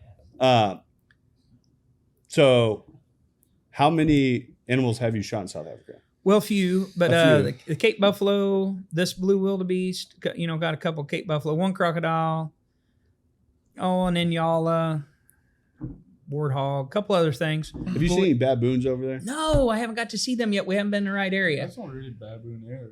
See him walking down the street a couple times. Yeah, I definitely, when I go, I want to get a baboon. Those things, I see The videos. fucking canines. Those things are mean. But you need to really go more up north than Pongola. You'll fucking find them. So where we've been is the low, what do you call that? The low felt? Low felt, and then not even a 10-minute drive away from Pongola, you would find high felt. There's a very big difference in elevation between Pongola and a 30-minute drive. So what are you going to see 30-minute drive north that you don't see? Plains game. Then you see plains game. You see your sable, your red-hearted beast, your Mountains. mountains. Flesh Sure. bark. So have you hunted that area No, yet? Or I not? haven't been there yet. That's next on the this list. year. Next year. When we go in January, we're going to go to a different place up near Frade, and Yaku's taking us there, and I would like to get a sable, which they're pretty cool. Yeah. Sable is kind of classified as exotic Yeah. animal. It's But the thing is, when the game price was still that high, the exotic game, that was still a thing over there, the game trade, before that collapsed, sable was one of the most expensive antelopes you can hunt. Well, Really? so then, so when I got over a pricing sheet, what is the kudu had 4 different price points, It'd on be the the size. size. So when you hit those trophy size, what's the because there was one that if you were to shoot a kudu over a certain size, it was 10 grand. But what What are the odds of seeing that over there? a kudu? very likely. Probably- Very likely seeing kudu, but not one. I'm half talking that. about. That's what I'm saying. Depending Same on where thing. you are. Yeah, that's the same thing. If you're hunting whitetail here, yeah, you're gonna have trophy whitetail, but it's the odds of seeing that are You'll get see a fewer- trophy every fucking day. You'll see a trophy of most every animal that's on that farm, depending on where you go. gotcha. I can tell you right now, if you hunt with my dad, prices are very likely to be the lowest or standard. Okay. There's nothing that'll be ridiculously expensive. Because the kudu started off at I think it was $1,500 to $2 grand, maybe low Yeah, side, well, and then but it went all the way up, and that's where it was certain animals had those different price points for sizing, and that's where I was wondering when you go over there, what are the odds of? Is this just a crazy rare sighting that you're probably not going to see all the time, or is it? If you want to hunt for that, you need to let him know so he knows to look for that. because they know the specific places on that farm where that might be. So when you say a farm over there, what are you talking size wise? Well, here so over there they go in hectares, which is about 2.4 acres or 2.6. 2.6. 2.6, isn't it? Nonetheless, the place they've taken me the last 2 years was 25,000 acres. It was 11,000 hectares, maybe it's 28,000 acres. And I this don't know. would not be separated. It's all part of one. It's all one Good. thing. And then they have fences around that, but they don't have fences around it to keep the game in. They have fences around it to keep the poachers out. They have Gotcha. a huge poaching problem over there. So that's what I've talked to Yeah. a lot of you guys about is the poaching problem over there. Huge. Yeah. But the thing is, with the kudu, no fence is going to keep that fucking thing in. It just jumps over. It doesn't even have to run. It'll stand right in front of the fence and jump over that thing. Because that thing stands fucking as tall as a moose does. So my But it's dad more actually agile. my dad actually broke his arm once because a kudu jumped the fence, jumped on onto the highway. That thing landed on top of the pickup, and it was a huge wreck. My dad broke his arm. Kudu jumped the fence, landed on the pickup. How'd you break your arm? Kudu jumped on top of the truck while I was driving down the highway. It's nothing like Yellow Jackets, but it's getting close, ain't it? Yeah. This ain't the size of a moose. You got me. I got to tell you guys a funny story. So one time we Backing up with that one? Let's see it. we came back from this one barbecue deal. We call it a braai. It was someone's birthday. And me and my brother, we were still little, and my dad was driving a single cab pickup. So me and my brother would squeeze in the passenger seat. He was driving. It was probably late o'clock. And we were driving back home, 30-minute drive. All of a sudden, me and my brother wake up. I don't know how we woke up at the same time. We wake up, and all of a sudden, we see my dad wrestling this reed buck. You just see him in the headlights wrestling this reed buck. And he always carries a Leatherman with him. It's this multiple tool deal. And he's wrestling this thing. And, so what is it, a rebuck? A reed buck. Reed buck. Reed buck. What is it? It's probably as big as a deer. Okay. But anyway, we hit this thing, and it's wounded. You know, my dad has a good heart. He's not going to let this thing just limp away. So we kill it. My dad cuts the throat, loads it on the back of the pickup. We take it home. It's literally 1 a.m. We start making biltong out of this thing. Biltong is beef jerky. It's beef jerky. Except for, I guess that's a reed buck jerky over there. But we're working on this thing, cutting meat, hang it up, do the whole deal. Biltong. I don't know. Well, now surprise. Got it. now we got to get back to his dad. I'm just saying, let's just say the Russians attacked. You would really want, now his dad's no taller than me, obviously better shape than me. And he doesn't have a burnt arm right now. But 2 good arms. Yeah. But I'm just saying, if the Russians attacked, just go ahead and have him on your side. That's what I'm saying. He would be highly advisable to have him on your realistically, side. I feel like if something happened over here, I feel like I'd want the South African group that we have. Just like on my side, like, I think they'd be good ones to have in the corner. well, they weed the other ones out real quick. Yeah. Real quick. When we went on that first day of the hunt this year, we hit the range with that full 70 just right before we go out. And Corey hits a couple shots, fucking high left a little bit. And I was a little left and a little right. And Yaku says, sir, would it be all right if I shot? I said, I'd love for you to shoot it. I'm tired of this kicking son of a bitch. He was spot on. The rifle was on. But he shots it. Yeah, he shoots it and he goes, Corey, I'm sorry. What's wrong? I just hit that son of a bitch right in the fucking middle. I think this is fine. But it's been a wonderful time. And then wife and daughter really liked it back at the lodge. Yeah. So they only went out on the first trip. Daughter went out with me like once, and wife went out once. And then they just like staying back at lodge. Wife likes reading her book. I guess do you call it a lodge? Yep. Lodge. Yep. Man, sitting by the pool. The accommodations are just awesome. Oh, and then that's another thing. So my wife is pretty picky about what she eats. Probably pretty similar to your wife, actually. Yeah, my wife's a little picky on what she eats. And but over there you eat wild game, and you would think you wouldn't care. Obviously, I wouldn't cool care. with it. None of these guys here care. I thought, well, my wife's going to have a problem with this, but these people, they cook shit out of that stuff. Now, I don't know what they do to it, but they do everything they need to, because a lot of these animals we're eating. So the only animals you harvest over there are the old animals that are no longer breeding, because they're the ones that have the more mature horns, and you don't want to take down your breeding stock. So that's why the buffalo you shoot are the Dugga boys, which are the old single bulls that are no longer in the herd. I'm not saying every now and then they won't slip in and breed something, but they are not the thriving stud you want breeding the bull. And that's the ones you harvest. So that's the way they can keep their numbers up, and that's how you get your big bulls. And with all the rest of the game too, they never want you to harvest something young, because that might be your $10,000 bull in the future or something, So those cooks really, they age all their meat just like we do our beef. Let it hang. I don't know how long enough to make it edible. Minimum 3 days, probably. Well, I think they was talking about 10 on a lot of that stuff. Just like we do a beef, 10 days to 3 weeks. And then I don't know how they prepare it, but they prepared it good enough that my wife really liked it. So But they got chefs there. You got to realize the population over there is way different than here completely, and they have a large workforce. And only like 1 in 10 of them works, and I'm talking about part of the population. And the ones that do work, they're supplying for the other 10, so they work real hard, and it's different. Yeah, I do think it's crazy a lot of times when people see somebody over hunting in South Africa, hunting somewhere, and it's like, I feel in other countries it's the same way here. People just don't want to recognize it, that it's the circle of life. It's the food chain, that like when you see people hunt giraffes over there, like they don't understand how many people it can feed.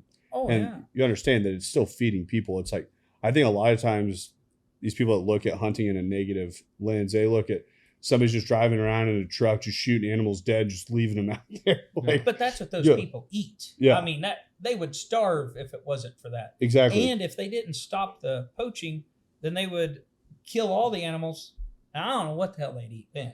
Yeah. Because then there wouldn't be nothing. At least now they're getting some American to come over and buy a buffalo and buy a kudu and buy a whatever. And then those people get to eat it. Yeah. And then... another thing with that is taking care of the population. Like, we came up on a huge blue wildebeest that one day against the lake, and one of the biggest one I've ever seen. And Yaku said, that's a fucking huge wildebeest, but Corey, you're not going to shoot that thing because it's too young. It's not ready to be shot yet. It still needs to breed for a couple of years, and it can still grow. It's not its time yet. We let that thing go. It would have... This was a Roland Ward. Mm-hmm. So that would be like our Boone and Crockett on deer. This was a really nice one. I don't remember the exact measurements, but I think Roland Ward is 28 inches wide and above. Okay. But I might be wrong. But But the one we seen at Johnny's was that Johnny was just talking about was extremely bigger than that, but we couldn't take him because he wasn't done breeding yet. A few more years. Now, will he still be alive then? Got no idea. You know, maybe a lion will get him. I don't know. Maybe a poacher will get him. I don't know. But he's going to do a lot more breeding before he gets shot off that farm. But you'd much rather he die of natural causes and contribute to the food chain than you taking him out of it. Yeah, before he's ready. He's at his time, you know.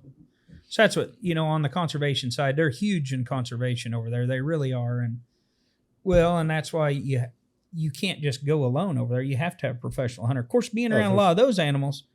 Yeah. I wouldn't want to be over there by myself. Like, well, there's certain animals, your PH has to carry a rifle, and that's to keep you from dying if everything heads south. I've heard that from a lot of people, that they say, like, when you're over there, like, there's certain things that I think so many Americans are accustomed to hunting things over here that when you shoot, they run away from you.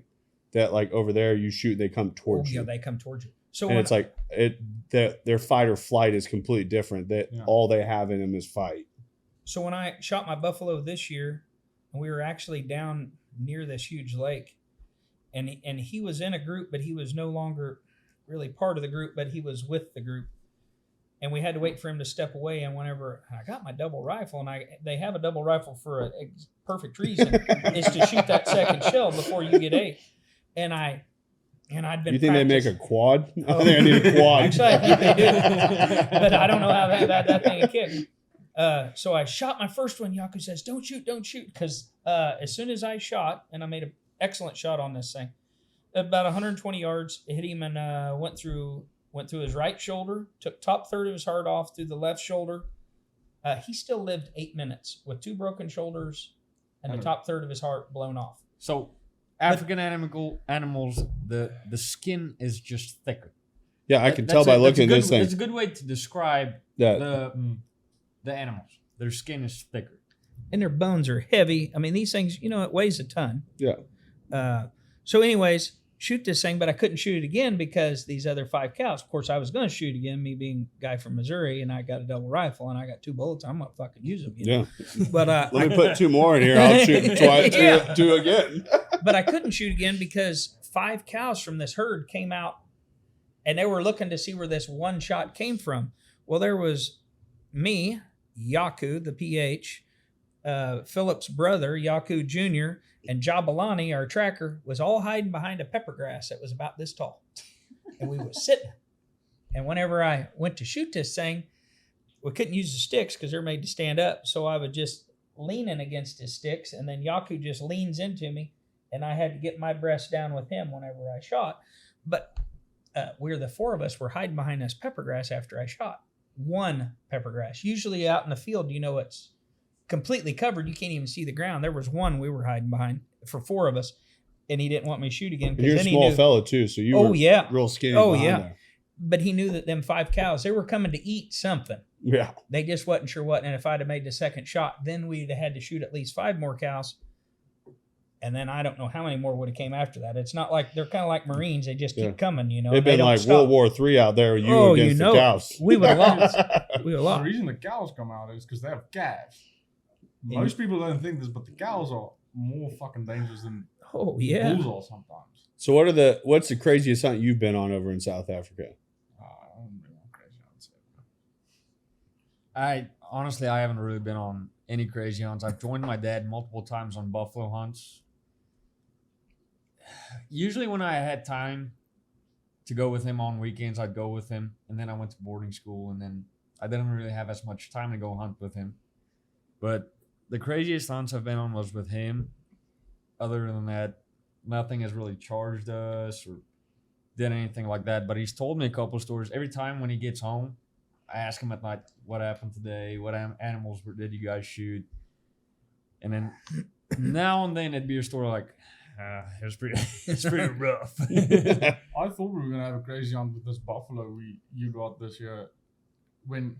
So we came up on this herd, and it was kind of on ground, not really supposed to shoot on because it's close to a lodge. So that big acreage we were talking about earlier, there's a couple lodges on there owned by different people, but you hunt all the ground, but you don't want to shoot close to a lodge where there's tourists or whatever, because just like courtesy. Yeah, there's a lot of the safari stuff is also based on photography. Yeah, not everyone supports the hunting part. So we got this herd right by the lake, and it's just over the line. It just moves too close to that lodge, and Yaku says, "Well, now you couldn't actually see this lodge from there. Yeah. But Yaku just knew that's the imaginary line you can't cross." And Yaku's like, "Well, you boys want to get off and push those buffalo closer?" Like, yeah, we do. So sounds safe. Sounds super they're safe. chasing buffalo with no rifle. And I'm just thinking, fuck, I push cattle all the time. Might as well. So Philip's brother and I on our track at Jabulani, we get off the pickup and we walk. So we walk parallel to these buffalo because the lake kind of makes a bend and then it goes again. So we're trying to cut them off over here and make some noise and chase them that way. And while we're doing this, we're looking into there and seeing if there's a shooter or not. Oh, fuck, we got Win with us. And I just keep thinking. Win's the big guy. Yeah. I just keep light thinking, on his feet. Light on his feet. I just keep thinking, I'm fucking perfect. I can run faster than Win. There's no way. We got to realize Win is your height and weighs another 150 pounds. Yeah. No, Win's built like a brick shit house. Another. I watched Win pick up probably 80, 90 pound lamb in that trailer, and you would have thought that thing weighed 10 pounds. Oh yeah. At one point, he had it in one hand. Yeah, he literally picks this thing up, just like one hand, just flips it over and everything. I was just like, yeah. So he is very strong. He told me very strong. So we're trying to do a push on these buffalo, and already Jabulani tells us let's just be cautious because you can see those cows starting to sniff around there because the wind's not in our favor. We're doing a push. We want them to smell us so they can go that way. And I see a couple of these cows running out, and I just look at them, you motherfucker, you're fucked. And we didn't see a shooter, but they kind of started moving, and I just thought that'd be the coolest fucking story. Just did a push on these buffalo, and they were waiting with the rifle, get that motherfucker, and just never panned out. no. Walked all the way back, looking over my shoulder all the time. You guys pushed them the wrong damn way. No, that wasn't a shooter in there. That's a good time. What you really ought to experience it. So you can go over there and do a hunt cheaper than you could do a guided elk or moose hunt.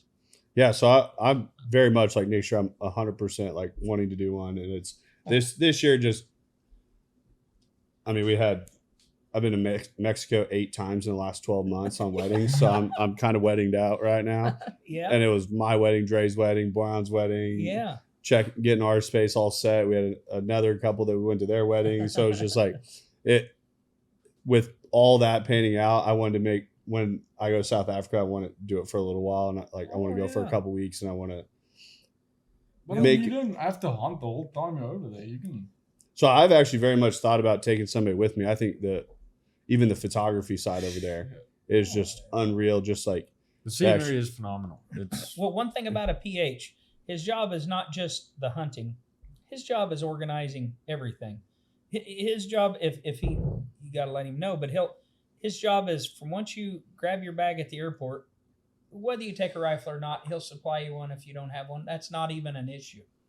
But he does everything. But you got to get, the more information you give him about what you want to do, what Madison wants to do, the better he'll be able to serve you, because he's got a lot of shit to figure out, and he wants you and your wife, especially your wife, to have the best trip of her life, so then she'll want to let you go back. Oh, for sure. And I think Mass has never been out of the country minus like Mexico. We've done Costa Rica, like all oceanside, like different along things the like, United States. Yeah. But Dalton and I think are the only ones that have really, and like Logan's done it, but like we've done like Europe, and it's just the hard thing is when you go into Mexico, things like that, it's so touristy. It's so like you're on a resort, you're like doing, like, I like just seeing the world the way it's supposed to be. Like, and I feel that's what we saw in Spain. Dalton and I would hike day over day and be out hiking 15 miles in a day and never see a human being and never see a building. Like up in the Pyrenees Mountains, it was the coolest thing you've ever done. Huh. Like, and you would come up to this natural spring, like natural rivers and stuff off of the mountains, and we'd put up hammocks and stuff and have lunch, and we had GPSs that we had zero phone service. You're just off of GPS all day, tracking to where you're getting picked up at the end of the day. And it was like scenery like you've never imagined. I think the deal with South Africa is you'd never feel like a tourist, because even when you're a local, you're still taking pictures. Yeah. That's kind of the way it is. Of course, you got to realize when we were talking about security earlier, Yaku always has his pistol strapped on him. Yeah. And that wasn't necessarily for the wildlife. Do you know? And he is your security. Yeah. And that's what the other thing too that I look at, like, I think it's crazy when you guys are back home, things like that. I mean, I've ended up with a slew of South African friends on Instagram, half of which I don't even know. But it's funny, like when their podcast came out, like all of a sudden, South Africans are really good about putting the South African flag in their Instagram bio, so you know where they're all from. But it's like you'll see a whole group of them out in like lawn chairs with a canopy and like a little stream, all drinking beer all day, without a building in any direction. I'm like, that looks legit. I'm like, they're sitting in like a foot and a half of water out there drinking beers with 2 trucks pulled up. Yeah. And you see like an Instagram, and you got to make sure like, every guy there brings a shit ton of speakers. There's Yeah. got to be Like, music. you're watching that, I'm like, dude, I want to do that. Like the hunting's cool, but like when I'm there, I want to do that too. Like I want to go out and just sit. I'm like, I probably won't understand what anybody's saying, but then it'll feel like when you guys first came here. On the other side, you're pretty privileged because, I mean, if you go there and you do your hunt for a week or two, I mean, if you want to stay on, you know so many people over there. They can tell you, listen, I'll take some time off. Let's go over there and I'll show you around and I'll be with you and I'll tell you where to go and where not to go, and we can just fucking hang out. Yeah. So that's no, I'm definitely excited. That's one of the most underrated parts about traveling abroad. If you know someone like that in Europe, my buddy lived there for a long time. I can't imagine that the trip would have been even as close to as good as it was if I wasn't there. Yeah. Dude, nothing's better than going in that shithole bar on that corner. Yeah, exactly. It's always the best one. Like Yeah, exactly. And it was like one of those things that when Dalton and I got to Barcelona, we were in the big, huge nightclubs each night. Like it was fun, but we get up to this little itty bitty town that there's one bar in the whole town. Everyone goes there. 7 days a week, like each night. And the first night we walk in, everyone's like, whoa. And our professor that we had Did you have on your MMG hat? MMG wasn't a thing yet. Oh. So this was pre-MMG. But we were in college still. And we go in this bar and it was like, because our professor had been there year over year. And it was a class that like we had to apply for. And luckily our school had one of the top geology professors in the country, actually. And he wrote recommendation letters for Dalton and I both. So we both got in. But so it was only a group of what, 10 of us? 12, 14 maybe. It was a pretty small group. And like we were running around two like Mercedes little, like the little Sprinter vans, like all over Spain. And like we went to France and like we were crossing borders and stuff with our passports and all these people standing at like a road. And I'm like, I've never experienced something like this before. Yeah. And they're stamping your passports like at these like drive little deals going into France. And but when you were there, like we go into this bar, I remember going in and the only beer they had was Heineken. And I was like, I go in and I'm used to being at Power and Light and having a $15 beer or something. And we go in there and they're like, I'm trying to convert it to US dollars. And they're like, it comes out to like 25. They're like 25. I was like, $25? I'm like, seems expensive. And they're like, and then they said 0.25 of a dollar. I was like, Here's a buck. I was like, Here's a buck. I was like, Jim. so are you so I'm like, so you say for $1 I can get 4 beers? And I'm like, you know what? I got everyone covered. And, and literally we were there for like 2 hours and like, we have no more beer. Like we had bought the whole place out of it. But it was like 4 weeks, everyone in that whole entire city knew who we were. Like this little itty bitty city sitting up in the mountains. And we'd be like walking through the city each day, seeing people like, oh, hey, like we hadn't seen them at the bar last night. I'm like, dude, we know everybody here within a couple weeks. But it's just cool. And like people were so polite and nice over there. I'll say France, people were assholes in France. I could see that. France, they were not nice. That's what everyone says about France. Yeah. At France? No, in Spain. Okay. Where we were at, you would come across these like houses and stuff up in the mountains that were built. And these people are still living like before the United States was ever even founded. Sure. Like they have the deal running, their water's running on the side of, they have the big wheel turning. They have all their sheep out in the front yard and everything. You'd be walking out there and they'd be like, we just pop out the woods into these people's like yard and they'd be like sitting there like, just like super excited to see us. I'm like, if somebody did that in the United States, you're getting shot like 100%. But it's just a whole different culture, a whole different, like they don't see like anybody showing up in a negative way. Yeah. So no, I'm excited to go see South Africa just from a lot of different sides. That I like seeing the culture side. I like seeing the scenery side. I think the hunting side will be crazy cool. Yeah. I think once you go, you're gonna be like, let's just stay here a week long. When the week goes by, you're gonna be like, shit, we gotta go home. Yeah. So as soon as we went on our first trip, thinking this once in a lifetime trip, that's a yearly trip. Yeah. Yeah. Near as I can tell. Yeah. Maybe even talking about the next one already after the one in January, maybe. So what's the taxidermy side? What do you run into trying to get things back? Well, because every single time I've talked to somebody about that, that's the first thing they ask me. So on the taxidermy side, it was no problem.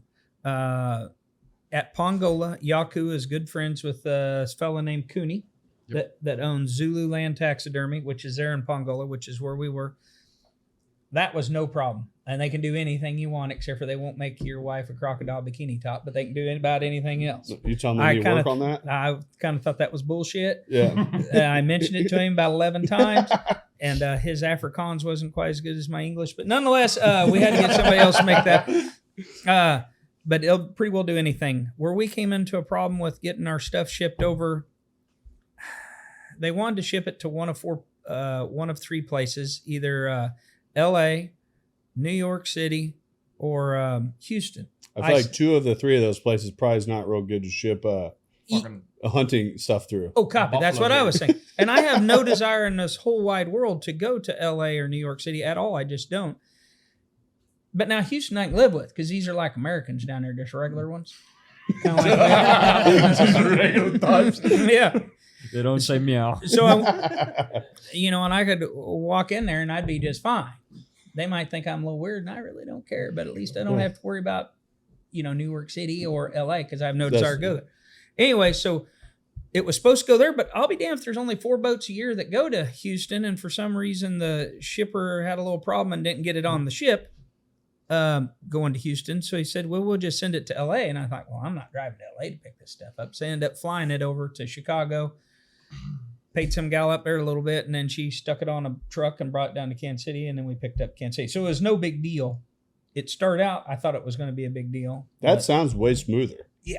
But wife and I were just going to drive down to Houston because I thought, well, why not go down to Houston? Have trip out of it? Yeah, sure. I can drive down there in a day. Yeah, then you get 2 trips a year. You get a Houston trip and a South African trip. I don't mind driving, and I kind of like to drive. So in Houston, everywhere between where I live and Houston is all decent people. So, that just doesn't bother me a bit.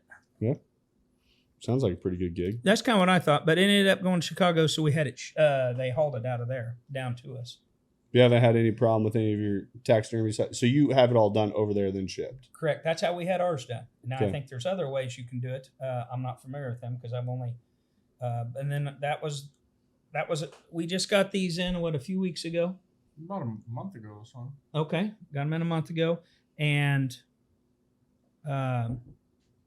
that was from the previous January. The stuff we shot this January, I assume we won't get till next summer. Is what I'm assuming. 23. Yeah. Correct.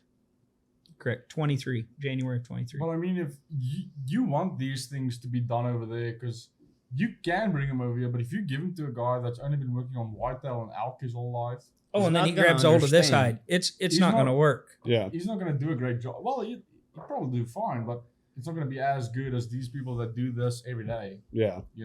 They're very familiar with the animals. And this guy Cooney, he does have talent. He used to draw this before he did it. So he's got a vision. Yeah. Of course, this is just tan and hides what we're looking at here, but the only thing we really had mounted was my buffalo. Everything else we just got the hides off of, and the horns came, but just like what I'd call an English mount, just a skull mount. We're slapping on the wall. But any questions from the peanut gallery?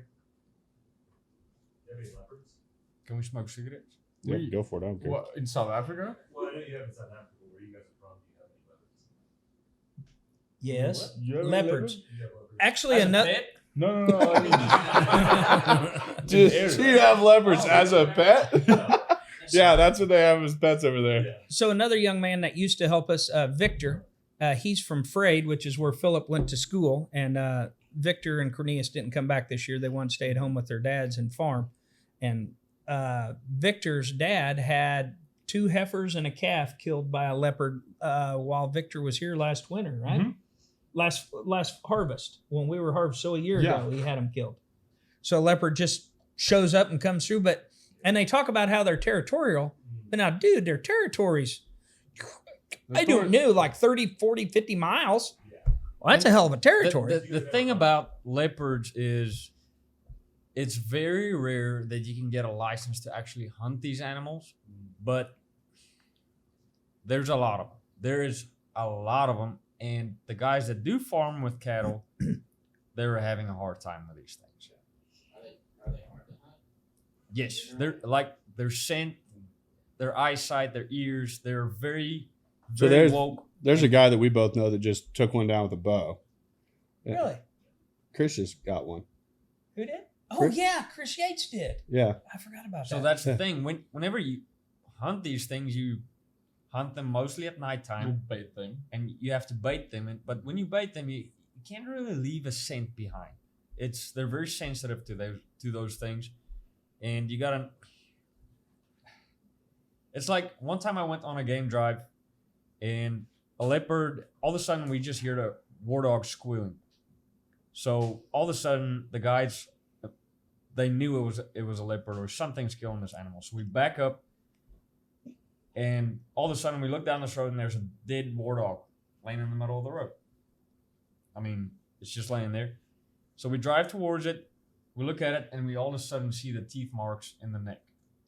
So the guy tells us, that thing is laying right there in the bush. We can't see it. We don't know which side it's on, but it's just laying there. We drive by, not even 50 yards. We turn around, come back, gone. They're sly as a fox. They're hard to hunt. And Whoever tells you it's easy, it's not. But when you do bait them, and it's at night, so you'll make a little hide for yourself with trees and shit, and you'll usually hang it by a branch in a tree, so because they get in the trees and that's how they eat. But when you make the shot, you really want to make sure you get it, because if you fucking wound that thing and you need to track it at night. So that's what, like, this guy that was going up, I heard that it's like a crazy hunt, and then also to hunt with a bow to get It's one. got to be intense. It's got to be. Yeah. And then the PH, whenever they go to check for a wounded leopard, they're not carrying rifle anymore. They're carrying shotgun. Yeah. Now, I don't know how many times he's going to have to shoot with that shotgun, but I'm hoping adequate amount. Well, make sure that thing's holding as much as it can. Yeah, well, yeah. Yeah. Won't be much. That's why you have to have a good taxidermist. Yeah, exactly. Can you fix this? It is destroyed. We got a mess. Yeah. It's going to be a I don't know what's- Swiss cheese rug. I don't know what it's going to take, but I know what I'm going to use. Yeah. Any other questions from that side? Looks like we covered a lot. Yeah. Anything else? Yeah. Yeah. No, I want to, one more thing. So the boys got me to Snapchatting there a couple years ago. And in our name on Snapchat's TFI Grind. So we send out some cool shit on TFI Grind. Yeah. Corey's actually Snapchat famous. So, yeah, there's that. Gets a couple million views. You got to go follow the TFI grind. So, and actually, before I went in the hospital, I had like, 5.6 million views. The previous 28 You know what actually days. kind of blows my mind is the fact that the amount of stuff that you put on there that gets taken down. Like a lot of platforms like shadow ban people when they put stuff that they're not supposed to. Yeah. I get on Corey's Snapchat. He's like, "Can you help me figure this out?" I'm like, "Why is like 50% of these have like?" More than that. When I was in the hospital, I started counting up. It's like 60-some% of them are not. They won't let go out. I say something offensive. He said something offensive. Like it's like shut all these down. I'm like, actually, like blows my mind the ones that you have that they keep pushing out. So it's like, yeah. But I think if you guys could take them things and put it on something else, maybe like a TikTok or something, I think it'd pay a bill. I mean, I don't know if TikTok you might be banned in like 24 hours on TikTok. But it's all real stuff. Sir, No, it's this is- definitely real shit. Uh-huh. Yeah. Yeah. X would probably be like, yeah. Sir, we say shit too many times. Well, but I don't know. So we quit putting stuff on TikTok. Victor was the one that would put it on there, and he hadn't done it since last fall. But I got a whole bunch of cool shit. If I can figure out how to, now these guys will mess with it. You need to do it daily, not you were doing like 20 videos in one day and you wouldn't post for 20 days. You need to do like one a day. Yeah. Really, on the TikTok deal? You got almost 4,000 followers on TikTok already. Well, yeah, but I mean, she got a real. Making money at 10,000. How many followers you got on Snapchat? Well, so let's back up on that amount. You got 80,000 views. 54,000. But I had in 518,000. Dude, I love the fact that there's like kids out there trying to become TikTok famous, dancing to some stupid ass song. And Corey just filmed somebody fucking some shit up on a combine. It's like 4,000 followers, like 80,000 views, just millions of views, just easy. So in January when we went to South Africa, something happened to my phone. I don't know what the heck it was, but I had all these followers. Well, there's only like, I don't know, 25,000 followers or something like that. But it was going up 3,000 or 4,000 a month, And I had all these cool Flight views. numbers. And then something happened to my phone in January and it just quit. And I went from like 2.5 million views on my Spotlight down to like 50 or 150,000 views up until I got a new phone on the 1st of July. And from the 1st of July to when I went in the hospital on the 22nd of July, it went from like 50,000 views to 5.6 million views. Sir, I must say there was some interesting stuff happen in that time period. Do you think? Yes, but that was just- Do you think You Fight the Yellow Jackets could have been its own series by itself? Nope. Maybe. It could have been, Probably. but the Yellow Jacket deal just happened on the 22nd. I mean, I if- had them at that. When I was showing you that. if we would have had like a fight card for Yellow Jackets and Corey, and we could have pay-per-viewed that shit. But I'm just saying, when I was in the hospital for 10 days and I couldn't come up with anything cool to say or funny shit happening anymore, my views just went down so fast it's not even funny. Now, if you look at it, it's only like 2.5 million views. There was a time when we were so famous, I started getting recognized. I got recognized twice, and they said, You a TFI grind, aren't you? Yeah, no, I'm with him. No, I've seen You're him on a guy from Snapchat. Snapchat. You need to autograph something? No, I'm good. I just wanted to say hi. But you know, I'm here for the fans. It was just the other day that either you or Dre showed me how to comment back to these people that were commenting. That was not Dre. That was not Dre. That was not Dre. That was me. But so when Glad you remembered who that was. So when I was in the hospital, I had nothing better to do than I started re-commenting back on these things. There's lots of people saying a lot of shit. Yeah, I think definitely most of them positive. I bet a lot of them were real positive. No, really. So that's my truck. I had my truck going viral like daily on TikTok, but it's actually pretty easy just to fire people up out there. That when I posted that, I would literally take a video of the inside, like just to sweep through the inside. I was like, I'm like, a new King Ranch or Ram doesn't have shit on this. And then everyone's like, you've never been in a new King Ranch. But I mean, the thing with that is, those hate comments aren't all that bad because it fuels they the still algorithm. Fucking comment, and then it gets 41,000. But dude, if I was at like almost 30,000 in I love January, how his cover photo is a picture of steaks. Who's categorized as a food professional? You're a food professional.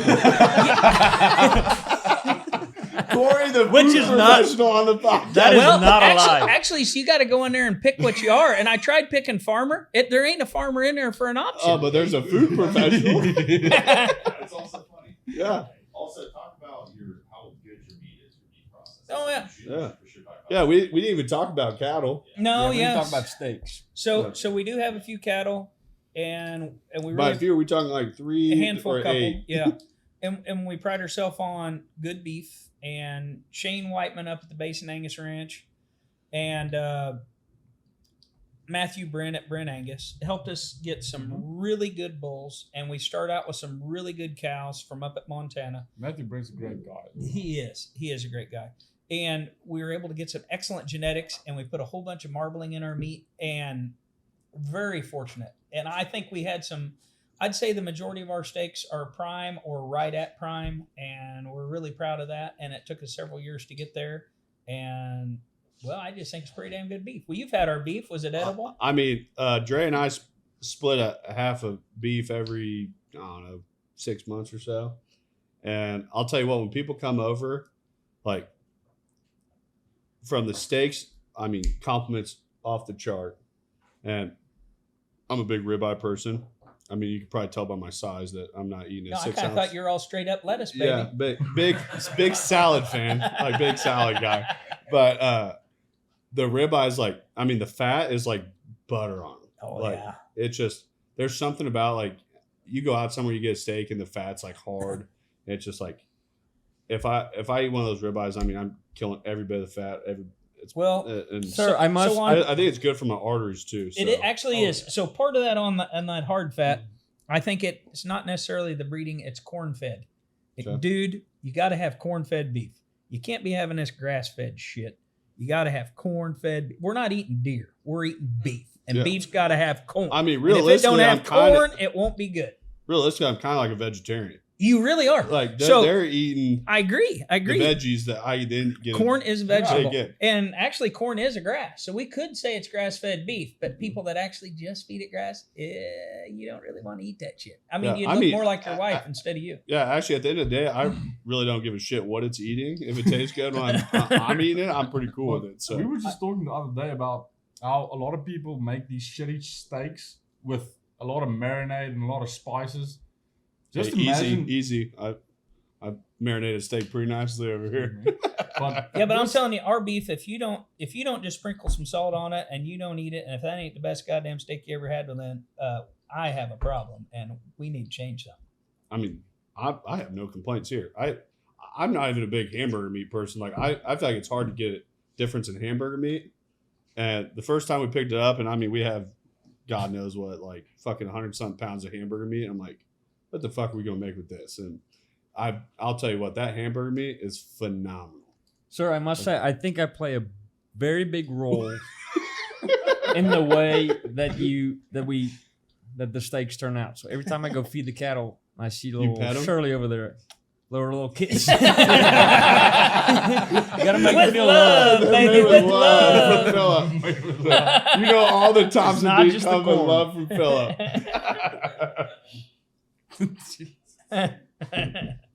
You know, I think that's probably it, Philip. You know, the steaks got better ever since you got here, too. That's I true. must say, one didn't time I have saw before, this but- ribeye steak and the marbling was in the shape of a heart. Yeah. What was that? Beans out of the heart. TFI grind, baby. If I grow. Yeah. Your guys' next commercial is going to be Philip out there blowing kisses and stuff. And started making their steak, and we're going to draw a heart in it. It's like, We've been making so much jokes about the commercials we can start doing when we start getting brand deals. You're going to get this beef because we can't get up in the morning without Heinz ketchup. no, I think it speaks volumes too on just what you guys are doing, like on the Snapchat. I mean, people want to see it. Like, Well, there's no question about that. The shit we do is pretty fun. Yeah, and my hardest thing that I've thought about, like on all of it, I think there's some sort of way to monetize it. I'm trying to think of a way to do it where it's, because the thing is, you've done it by yourself. Like, there are certain people that like put content out that nobody wants to see, and then they're like, "I need help in marketing." I'm like, "Yeah, you do need help in marketing because your shit sucks." Like, nobody wants to see it. Like, your deal is people want to see what you're putting out. well, dude, I think So- I think if we take out the month where I was in the hospital, Yeah, and with a the little bit of 5.6 rehab million shit, views, yeah. I think that was a bad low month. If we take some of that out of there, I think it'll come back here pretty Yeah. quick. I mean, if we're doing that, we might have to sacrifice someone each month to be able to. Someone's getting up to get The sacrificed. new guy, boy, these glad they're not. Yeah. Glad they're not the new guy anymore. Yeah, they're veterans now. We're gonna have to sacrifice Win. Win's getting sacrificed. Win and JJ, man. But no, I think from the hunting side to the farming side, everything you guys are doing, I mean, we could talk for hours on hours on hours. But anything else you want to cover? I'd say it covered it. Can you boys think of anything? I know if you ever go to South Africa and you want a good pH, Yaku Lawrence is the guy that'll really treat you right, and he's treated us so good, and he's become an excellent friend of mine, and I talk to him quite frequently. If you do want to go hunt in South Africa, I'm pretty sure just send Moss Marketing a text, and I'm sure Moss Marketing will get to Corey. I can get you connected with a lot of. talking to the viewers right now. Yeah, I'm not talking to you guys. I'm talking to people out there. Philip really split the switch on the last like 5 minutes of the podcast. He's like, you know what? I'm going to the viewers now. You just broke the fourth wall and you just did something right there. Yes, well, I wish I'd had that on Snapchat. Boy, you fucked that one up, didn't you, Philip? Yeah. Yeah. From the window to the wall, baby. Yeah. But no, I very, very thankful our paths have crossed just in general in life. Yeah. Yeah. Glad I've met all the South Africans that you brought up. You've had a solid group of guys up. Comment if you want Dane to go to South Africa. Yeah, please put a lot of those comments in there. It'll be happening regardless if you give me the comments or not, but I'll take them. So, any final thoughts? Good. Thank you guys for coming on. I Thanks for appreciate having it. us. And there will be another podcast in the future. So that is the M3 podcast. See you again next week. Peace. Thanks for listening to the M3 Podcast. Be sure to subscribe so you don't miss the next episode. Want to learn more? Check us out on Instagram at Moss Marketing Group, on Facebook at Moss Marketing 58, or on our website at mossmarketinggroup.com.